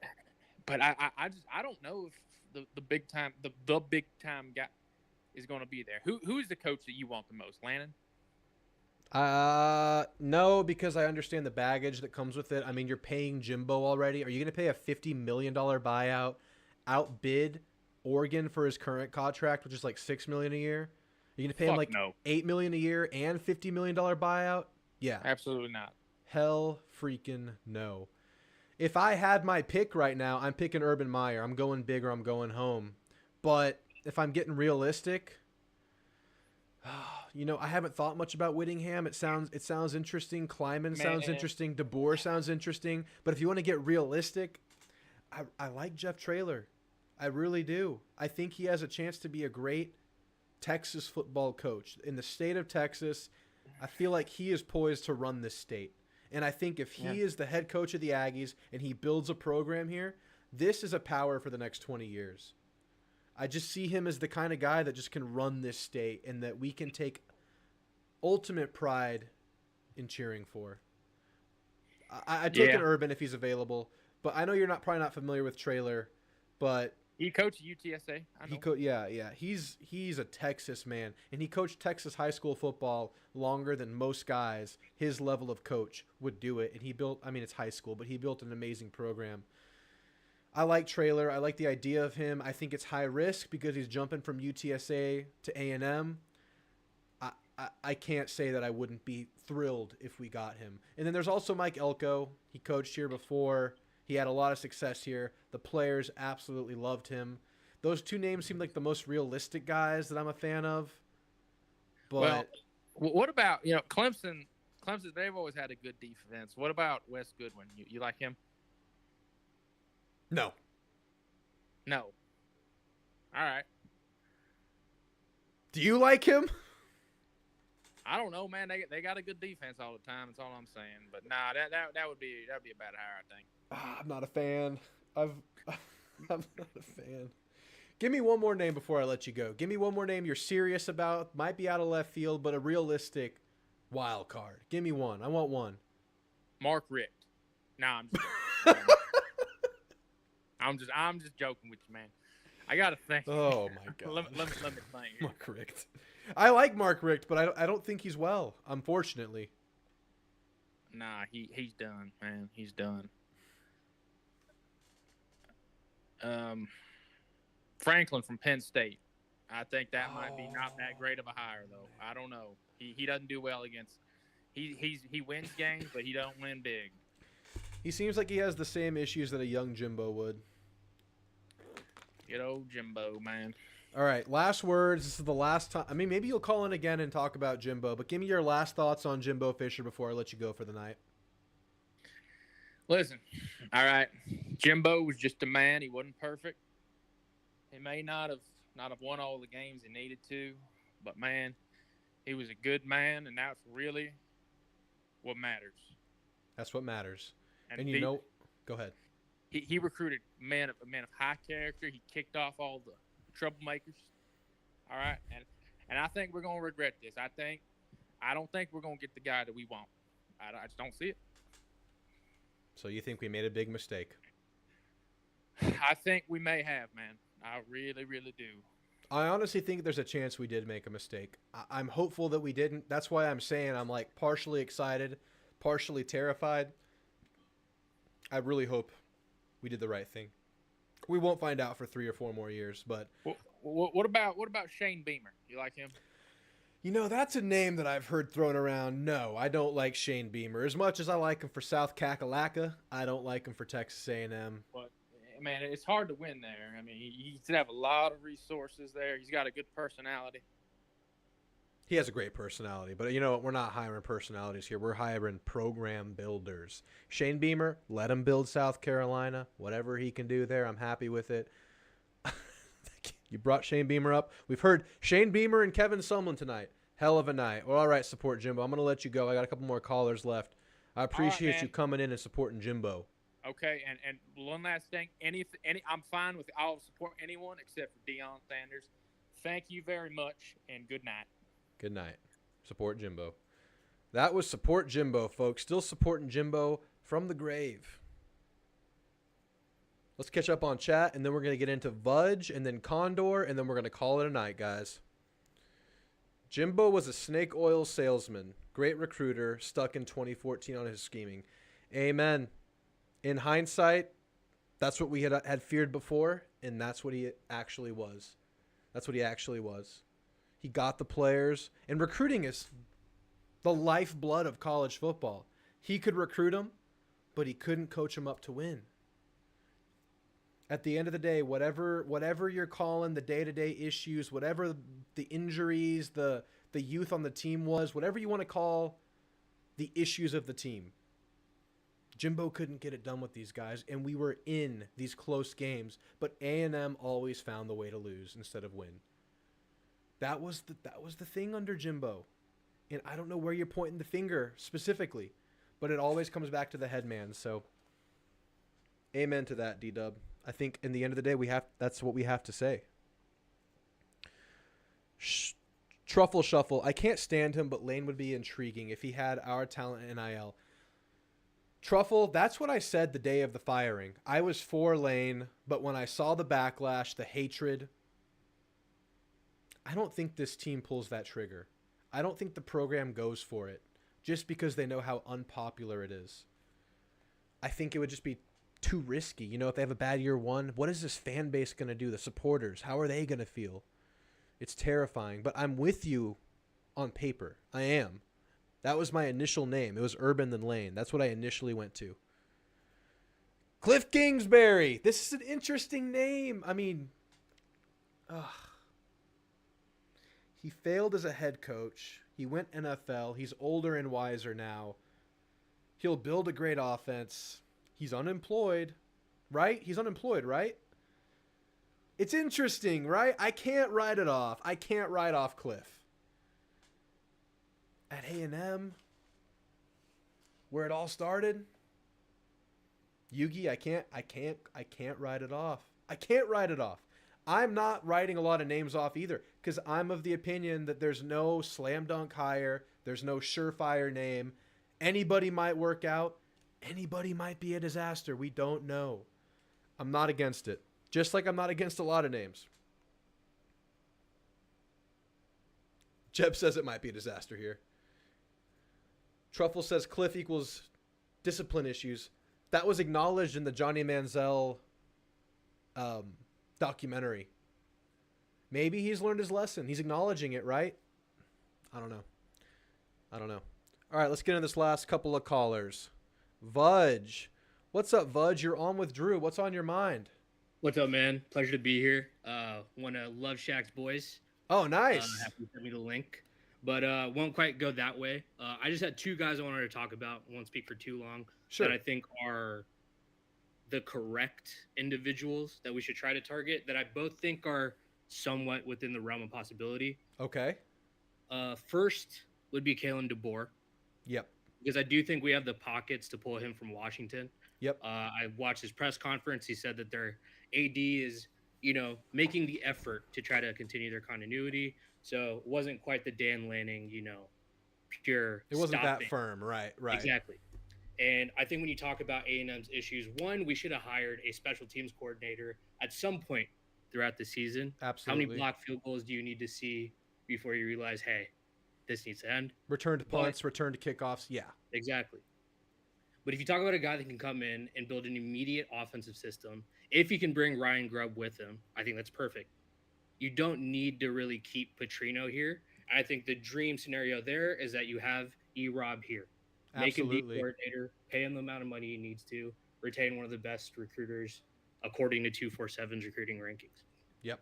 Yep. So I think if you're willing to make that amount of, commit that amount of money, he would be the win now guy. And that And makes a then lot of secondly, sense. That makes I a don't lot of know- sense. Let me comment on that before we go to the next one real quick. Sure. That makes a lot of sense because E-Rob, obviously defensive guy, he might have more of a chance of keeping some of these defensive guys around. And you get Absolutely. a DeBoer in here who excites these offensive guys, these Evan Stewarts, these Weigmans of the world, you know what I mean? The high-profile guys. Those Absolutely. are guys that might stick around to play for a guy like that. So I like where you're look going at their with that. system and what he does with athletes. Absolutely. It's crazy. Wegman's ability and the way that I believe we kind of stifled him within our system, and we've all kind of mentioned this, Jimbo's inability to kind of adapt Yep. to the modern era. Mhm. And so I won't try to reiterate too many of those points, but I think if there was going to be a splash candidate, we all wanted Dan Lanning. You can go get the guy that beat him this year. Yeah, know what I mean? absolutely. Absolutely. He's a name that's kind of it's a weird name right now because right now I'm entrenched in the arguments and everything because that's what I'm trying to bring to you guys in these videos. And he's Sure. a name that consistently comes up, but he's not really in the forefront. So it's an interesting kind of under the radar yet very present name. And I Sure. think he's a great option. But here's the thing. 111 as a head coach. That's the number yes, I saw that. Crazy. That is At insane. any level, insane. Yeah. I'm not against it, man. If that's the name that popped up, I'd be happy. I'd be happy Same. with it. But do you think he retains players? I think he does. I don't. Can I be honest? And I know this is not going to be the popular opinion. Sure. I think as fans, we need to kind of reset expectations a little bit. Whether or not we retain these guys Mm-hmm. in the NIL era, there are a handful of teams that can spend the way we can. Whoever it is, unless they're completely incompetent, should be able to recruit with the wallet they're presented. That's a good point. And retain, because those guys are Yeah. going to be presented offers too. The guys on the roster Exactly. now. Yep, that's a great And point. who's realistically going to be offering them more money? And you're going to get your NFL opportunities. Evan Stewart's already that guy. Yeah. Just put him in a position where he can really ball. Why leave? You're already that guy. Exactly. Absolutely. That's a great point. Exactly. Yeah. And then my second guy, who we talked about a little bit, and I know Lucci said, that he's kind of off the table, was Glenn Schumann. Yeah. But for entirely different reasons. So if you really take a look at his career, I know he's 33. Kirby Smart was 35 when Georgia hired him as head coach, and they had Mark Richt there. They Right. weren't worried about how young the guy was. They just saw his pedigree, you know? Right. Schumann, hired at 18 years old from Nick Saban. In 2014, the year before Kirby Smart left, he was the director of Alabama's football operations. He understands how national championship teams have to function. The year Georgia had the number one defense in the nation, he and Dan Lanning were defensive coordinators. So I think that you get two benefits from Glenn Schumann. One, the amount you have to pay relative to every other coach is minimal. Absolutely. And the upside is tremendous. You have a guy, when you talk about retaining these players, if that is the utmost importance, go get a guy from the team that probably had the best chance of getting them in the first place. I know Walter Nolan wanted to go to Tennessee, but second was A&M, Georgia. You know what I mean? Yeah. Here's what I've been you saying go- about Glenn Schumann. I look at it as like a 2-year risk because he is so Exactly. young, but I also look at it with 40-year upside because of 100%. what he brings to the table and how young he is and the price tag you get for him. I mean, it makes a lot of 100%. sense. You know, the rumors today by Lucci kind of, you know, quelled that storm a little bit, but I mean, I'm for it. I had to get talked into it. I had to really understand where he's coming from, but it makes a lot of sense. Man, if you take some time and go listen to ex Georgia players talk about this dude, Yeah. like I would anyone in chat right now, go listen to Roquan Smith talk about Glenn Schumann and how much he played a part in his development at Georgia. He was a monster there. He was Wow. like, this guy is it. Those film room sessions, he was it. And if we're really focused on defense, A&M's defense in terms of SEC rank is already like top 3. Yes. So it's hard to really say like, oh, we need to take some massive jump one way or another. I do think the issues are in-game play calling. You're right. You know, last year, the Haynes King Alabama game, like that red zone call, oh man, burns. Oh man, to this day. yeah, awful. Just like a single read, throw and pray. Yeah, that was 100%. that was. So I think in rough. Schumann, you have a guy that you don't have to pay a particularly large sum of money, but who has a pedigree, particularly on the defensive end, where in the SEC that seems to be like the most important thing. And there's a Absolutely. lot like other coordinators that have been hired in different places. If we hired Lanning, people would be all over it. But a Yeah. guy who worked right next to him, doing the same exact thing before he took the job at Georgia, you know, we're kind of stuttering there. He's 33. You know, they're three years apart, but he got there quicker. Yeah, You know? yeah, yeah. So I think that would be Trailer, Elko. Those are I think they're lazy hires, to Yeah. be honest. Okay. You know, I think it's like there's not a lot of creativity there. They're And always there. They're gonna say they're always yes. there. Yeah. If you yeah. want them, they will take the job. It's gonna Yeah. be more money than they're getting paid anywhere else. Would you rather retain Elijah than get those two? I absolutely, Yeah. 100%. Yeah. You know, we'll see how if he beats LSU for sure. You know, Yeah. we're talking about these next couple games. If we lose to Abilene Christian, then there's a real conversation to be had. Yeah. But you know, we Right. better win that game, no Yeah. matter who's starting at quarterback. Yeah. Right. Right. So we're not really going to get to see what it looks like, but the players love him. That's great. But it's not going to be impossible for Texas A&M to get high-end recruiters. You know, like we got to remember in the Sumlin era we had Myles Garrett. Like Yeah. Absolutely. it's not crazy to get those kinds of dudes here. As It's not impossible. it's a really good point that retention and recruiting might not necessarily be the primary quality you're looking for in a coach because A&M brings that itself. I mean, Yeah. it's a good point. Particularly when you can pay. Yeah, exactly. I mean, who is like maybe you're not hitting that number 1 overall rank, Right. you know, but if you're within the top 10, you have your blue chip ratio, whatever, Yeah, yeah. you know, then you're fine. Just don't play with your food. Don't lose. So I grew up in Miami. My dad was actually a professor there. So a big University of Miami fan. This roster is, I mean, forgive my language, but dog shit. Yeah. Like the fact that we lost to them early in the season when we were healthy, crazy. It's insane. It's insane. Insane. We should have fired Jimbo after Appalachian State, man. That was the Realistically. writing was well on the Oh wall my at that point. God. Yeah, yeah. That was humiliating. Dude, just lifeless. I was revisiting that game the other day. Just the way the offense was absolutely lifeless. The defense got ball control, both sides of the ball, just not ready to play a football game. 100%. You should just know at that point. And then when you look at Jimbo's tenure, I mean, we talked about Dabo earlier, and I won't try to stay on too long. I know you have another guy, but like, No, you're good. you know, Jimbo had a lot of success at FSU one year when he had a Heisman quarterback in Jameis Winston. And then Dabo, he has Deshaun Watson. He has Trevor Lawrence. So he had DJU, and now they're kind of muddling. Yeah. You know what I mean? Like, Yeah. getting these guys on kind of the back halves of their career isn't the go get them when they're, you know, quote unquote ripe. Yeah, yeah. Coming up. Yeah. Yeah. On the rise. Exactly. And I think what's particularly interesting about a guy like Schumann is that he hasn't been at like these G5s. He's plugged into the 2 most powerful programs in the country. It's all he as a knows. kid. Yeah. You know what I mean? And so I think those two, DeBoer and Schumann, should really be. If it's not one of those two, I think we would.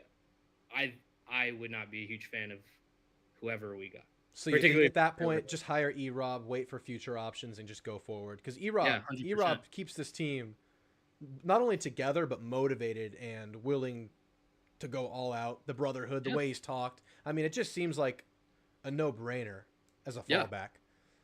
And what's interesting, particularly about him, is that hopefully, I mean, you would hope it's you know, obviously, you're looking at it with green flags all over the place, but you can see he may have taken notes on where the program may have failed. particularly Jimbo as a head coach, Right. and been like, even layman college football fans were like, A&M needs to change their offense. Like 2 years into this thing, Absolutely. Yeah. Kellen Mond Yeah.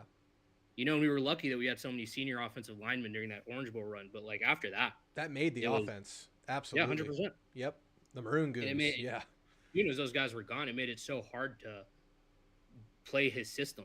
Yeah. It's hard to ask a true freshman, redshirt freshman, to make 3 reads at college when every other team is running just air raid RPO type stuff. Right. And I don't know if you've heard, I mean, with E-Rob already in this first week of him at the helm, practice is apparently very different. I mean, not that this is a big factor or anything, but they're playing music. They're allowed to do things they weren't before. But they're adding like these quick starts where they do these realistic game-like scenarios at random aspects throughout practice, and I think that's a perfect like emulation of where A&M is struggling in these games, because it seems like it's the close games and the big moments where A&M has these big blunders and the other team has the big plays. It just seems like you're not winning these big moments in these good games, and aside from having like the archaic offense, it just seems like this offense, this team was making the great mistakes, and I think whatever losing Jimbo was, I think it's already paying dividends now. So, I mean, yeah, absolutely. I think one of the things immediately, and someone brought it up earlier, is we haven't already seen decommits from this class. We have not. And that should speak insane. I know the transfer portal's coming up, so they're probably like, okay, we'll see who leaves. Well, the portal's open now. Isn't it December 4th is when you can actually? Well, yes, but when you lose a coach, when the coach gets fired, you get an additional 30-day window from that day forward. Shit. Yeah. Okay, huge, absolutely. So, I mean, even more to the point. Yes. So I think with Jimbo, it was a lot of just playing with your food, man. Yeah. Because after App State, we went on a little run, and then when we talk about defenses now, like Georgia gave up 20 to UAB. That was a barn burner until the second half. Yeah. So, like, defense is what it is, but you have to score. Like, college football isn't the 14-10 SEC football days it was in the early 2000s. Hell no, absolutely not. So, yeah, that's my 2 cents on it, man. Love the show. Hope it grows more. All right, Vudge, I appreciate it, man. Call back in anytime. Love to have you again. For sure. Later. That was Vudge, first-time caller. That was some good stuff. Yeah, he has a good point. I mean, go for those 2 guys that are ready to win now, and if you can't get it, Elijah's a great option. Let's catch up on chat. We're going to get into our last caller, then we're going to get out of here. Guys, I appreciate all of you for being here. If you haven't liked and subscribed, that would help me greatly. I know we hit 1,000, but 2,000 is the next milestone we're trying to hit. We'll do a ring dunk at every 1,000 for now. That's the goal. Let's hit 2,000, guys. Y'all are amazing. I wouldn't do it if it weren't for you guys, so like and subscribe. Thank you, guys. Let's catch up on the chat. I definitely roll the dice with Schumann. I think everybody would be thrilled with Schumann. It just seems it seems like a no-brainer. Obviously, the talks today by Lucci about him not being a really serious candidate, that kind of slowed those talks down. Anything's possible still. We really don't know where they're going to go with it. Yep. I agree with Schumann. Yep. People are on board.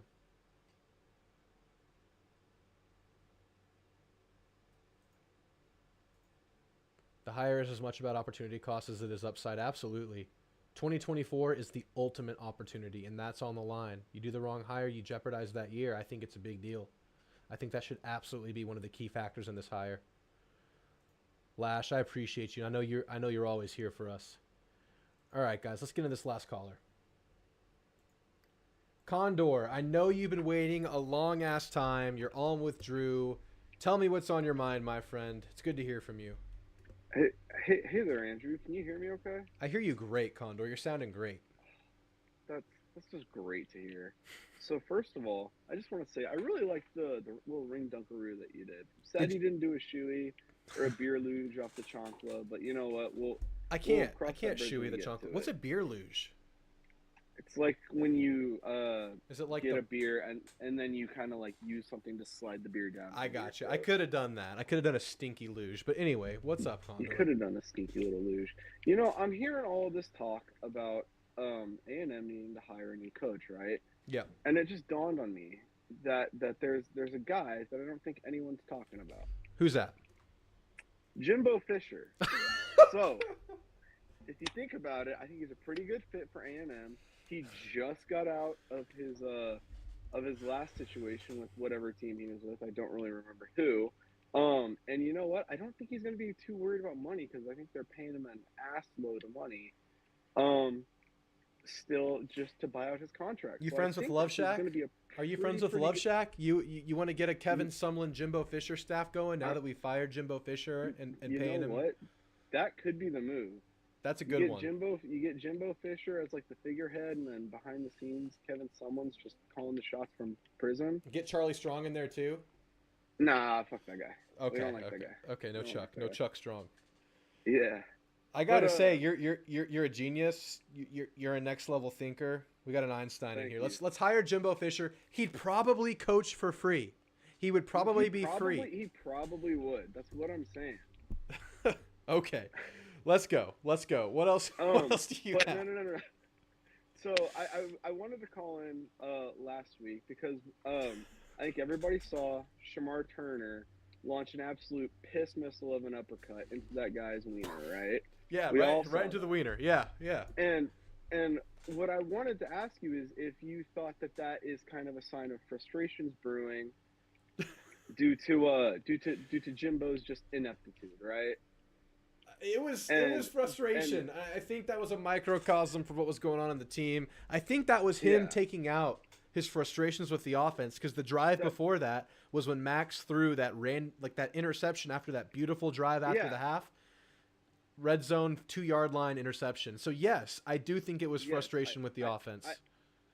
Yeah, and so beyond that, I thought maybe hey, it was just a one-time thing, and then Jimbo comments that he's a good kid who just kind of like lost his cool, right? Yeah. But the fact that they weren't allowing media in the next day, and it just kind of got me thinking. And now that we know that Jimbo's gone, like it's all but confirmed at this point, right? It's and, confirmed. Yeah, It's pretty official. I mean, sorry, You're I am good. just You've been waiting in the chat room a while. I have. I'm very tired. I'm a sleepy boy. All right.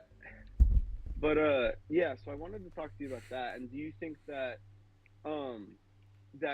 there's going to be a huge turnaround, or do you think that some of these kind of outbursts are still going to happen until actual changes, until the defense actually sees the offense starting to step up? Well, the offense kind of has stepped up from that point forward in that game and the last game. It's been looking better.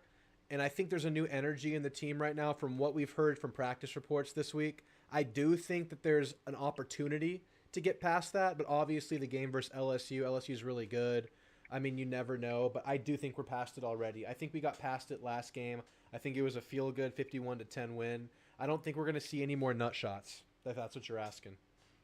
I think we're past it. I think we're past the nut shots. I'm always a little sad when there's no more nut shots, but like I can deal with it as long as the team's doing good. That's right. I mean, we love a good nut and shot. And then one thing I also wanted to ask you is, so Dan Campbell, right? Yeah. Coach for the Lions. Oh, big A&M guy, to say the least, right? To Big say the A&M least. guy, To say the to least. say the least. So if he does end up being the coach, and I know that's kind of like that's a long shot, right? Probably not going to happen. Yeah.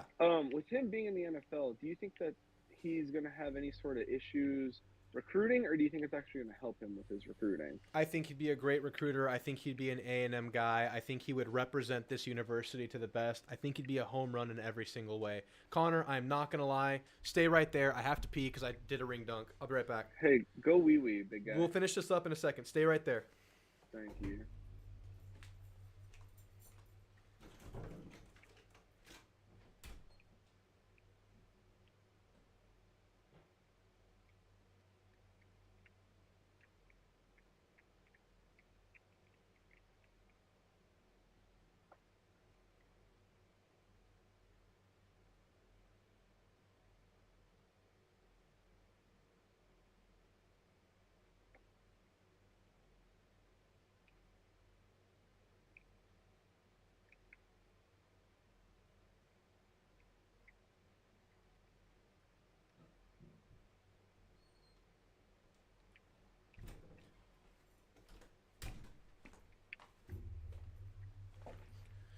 I try to save the restroom breaks between callers, but as y'all know, I did a ring dunk tonight, so this is my third potty break of the night. Continue. Dan Campbell. It's okay. Yes, I think he could recruit great here because I think he understands everything that Texas A&M is and represents and has to offer. I think he could represent that for all recruits. I think he would be a great recruiter. Continue. Well, so kind of building off of that, I was gonna also say, do you think that like him being in the NFL is kind of like a selling point? Like he knows what it takes to kind of get to that league and to be Absolutely successful in the league, which is what a lot of these guys are kind of shooting for, right? Yeah. And I think if he were to come in this hiring cycle, leaving from like the pinnacle that he's at right now, which is a Detroit Lions that's primed to maybe compete for the Super Bowl, I think he absolutely brings that aspect to the table. I mean, I think every player that goes to A&M that's a recruit, that's like a high-profile recruit, they have aspirations to be in the league, and that's an absolute selling point. I think Dan Campbell, and my joke is, if people ask, I've had people ask me all week, like friends text me and other fans text me, how do you feel about Dan Campbell? It's like, well, I feel great about Dan Campbell. I also feel great about Nick Saban and Kirby Smart. It's just not going to happen. But yeah, he's a home run. I love it. I think I texted you that actually. You did, and it hurt my heart, but it's okay. Yeah. Because I kind of want that guy to go back to College Station and just be a goofball, Yeah. I think that's what a lot of us want. Now, the only other Logan thing says I'm I gonna should have run got. by you- Logan says I should have gotten a catheter after the ring dunk. Do you know what a catheter is? I do. The little stick you shove up your, and then you can just pee into it. Listen, I'm down as long as you let me put it in you. That's all I care Okay. A little too far there. I would have done it myself. Thank you. Moving on. And then the only other name that I kind of wanted to talk to you about is, listen, he's been away from the game for a little while, but I think that he's just a golden hire for y'all. Who is it? Mark Mangino. I don't think there's anyone in college football that will light up a room or a bathroom the way that Mark Mangino would. The toilets wouldn't be safe. Oh my god! No, they wouldn't. I did not expect a Mark Mangino today. Have you heard the rumors about that man? That his dumps were so foul he had to shove them down the shower. He had assistants that was their job, was to clean up his bathroom time. Yeah. Yeah, and they said it was messy. They said it was sweaty. They said it was 8 different kinds of nasty. 8. This call-in show has gone places I never would have expected, and it was the first and the last caller. We started with Love Shack recommending Kevin Sumlin, and it ends with Condor recommending Mark Mangino and his 8-level dumps, and Jimbo Fisher. Dumps. Yeah, and then speaking of the Love Shack guy, did you hear that Art Briles was confirmed dead, or the rumors about his death? Is this real? Did you hear about that? Yeah, I heard it from Love Shack. I heard it from Love Shack. It was apparently a jet ski accident. Which lake? I don't know. But all I heard was it was a jet ski accident. Oh, it was down at Lake LBJ. That's what it was. Of course. I'm reading it right now. Yeah. He apparently had a little too much fun that night. This is the news article that I'm reading. He had a little too much fun, had a few too many, was stupid, drove the jet ski going, it looks about 35 miles an hour.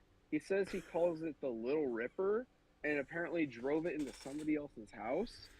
And then they had to call the ambulance because they said he was not breathing. He was resuscitated at the hospital 3 hours later. Sorry. Can he coach? I think he can still coach. Oh god. He may have a catheter in him like you wanted one, but I think he can. I think the man can still coach. If Kevin Sumlin can coach from a prison cell, I think Art Briles can coach from a hospital bed. You know what I mean? I wholeheartedly agree. Condor, I'm going to end it there. I'm going to end the stream tonight there. I don't think we can top that. I think we've covered everything there is to cover about this coaching search. So give me a last sentence before I let you go. If Mark Mangino is in maroon, I think we call him the grape or the raspberry. That's how I'm going to leave it. I'm with Adios, my friend. Adios. Guys, this went off the rails. Whenever the stream gets past 10 p.m., We got to expect this stuff. But it also started pretty spicy with Love Shack recommending Kevin Sumlin. All right, guys. I think I'm just going to get out of here. No big, exit monologue. It's been a nice long stream. If it's like this every week, we'll keep it going this long. You guys have been awesome. We had 50 viewers at the same time this stream. That's by far a record. It's crazy times as an Aggie football fan, alumni, whatever you are. It's time. It's time to find the right guy. So, guys, I'm going to get out of here. Like and subscribe if you haven't. I appreciate you guys who have been here the whole time, who have stayed, who have stuck around. If you haven't watched this whole stream, you can rewind it, go watch the whole thing, and like and subscribe as well. So, guys, y'all have a great night. I'll see you guys very soon. Gig 'em. I love my Aggies no matter what.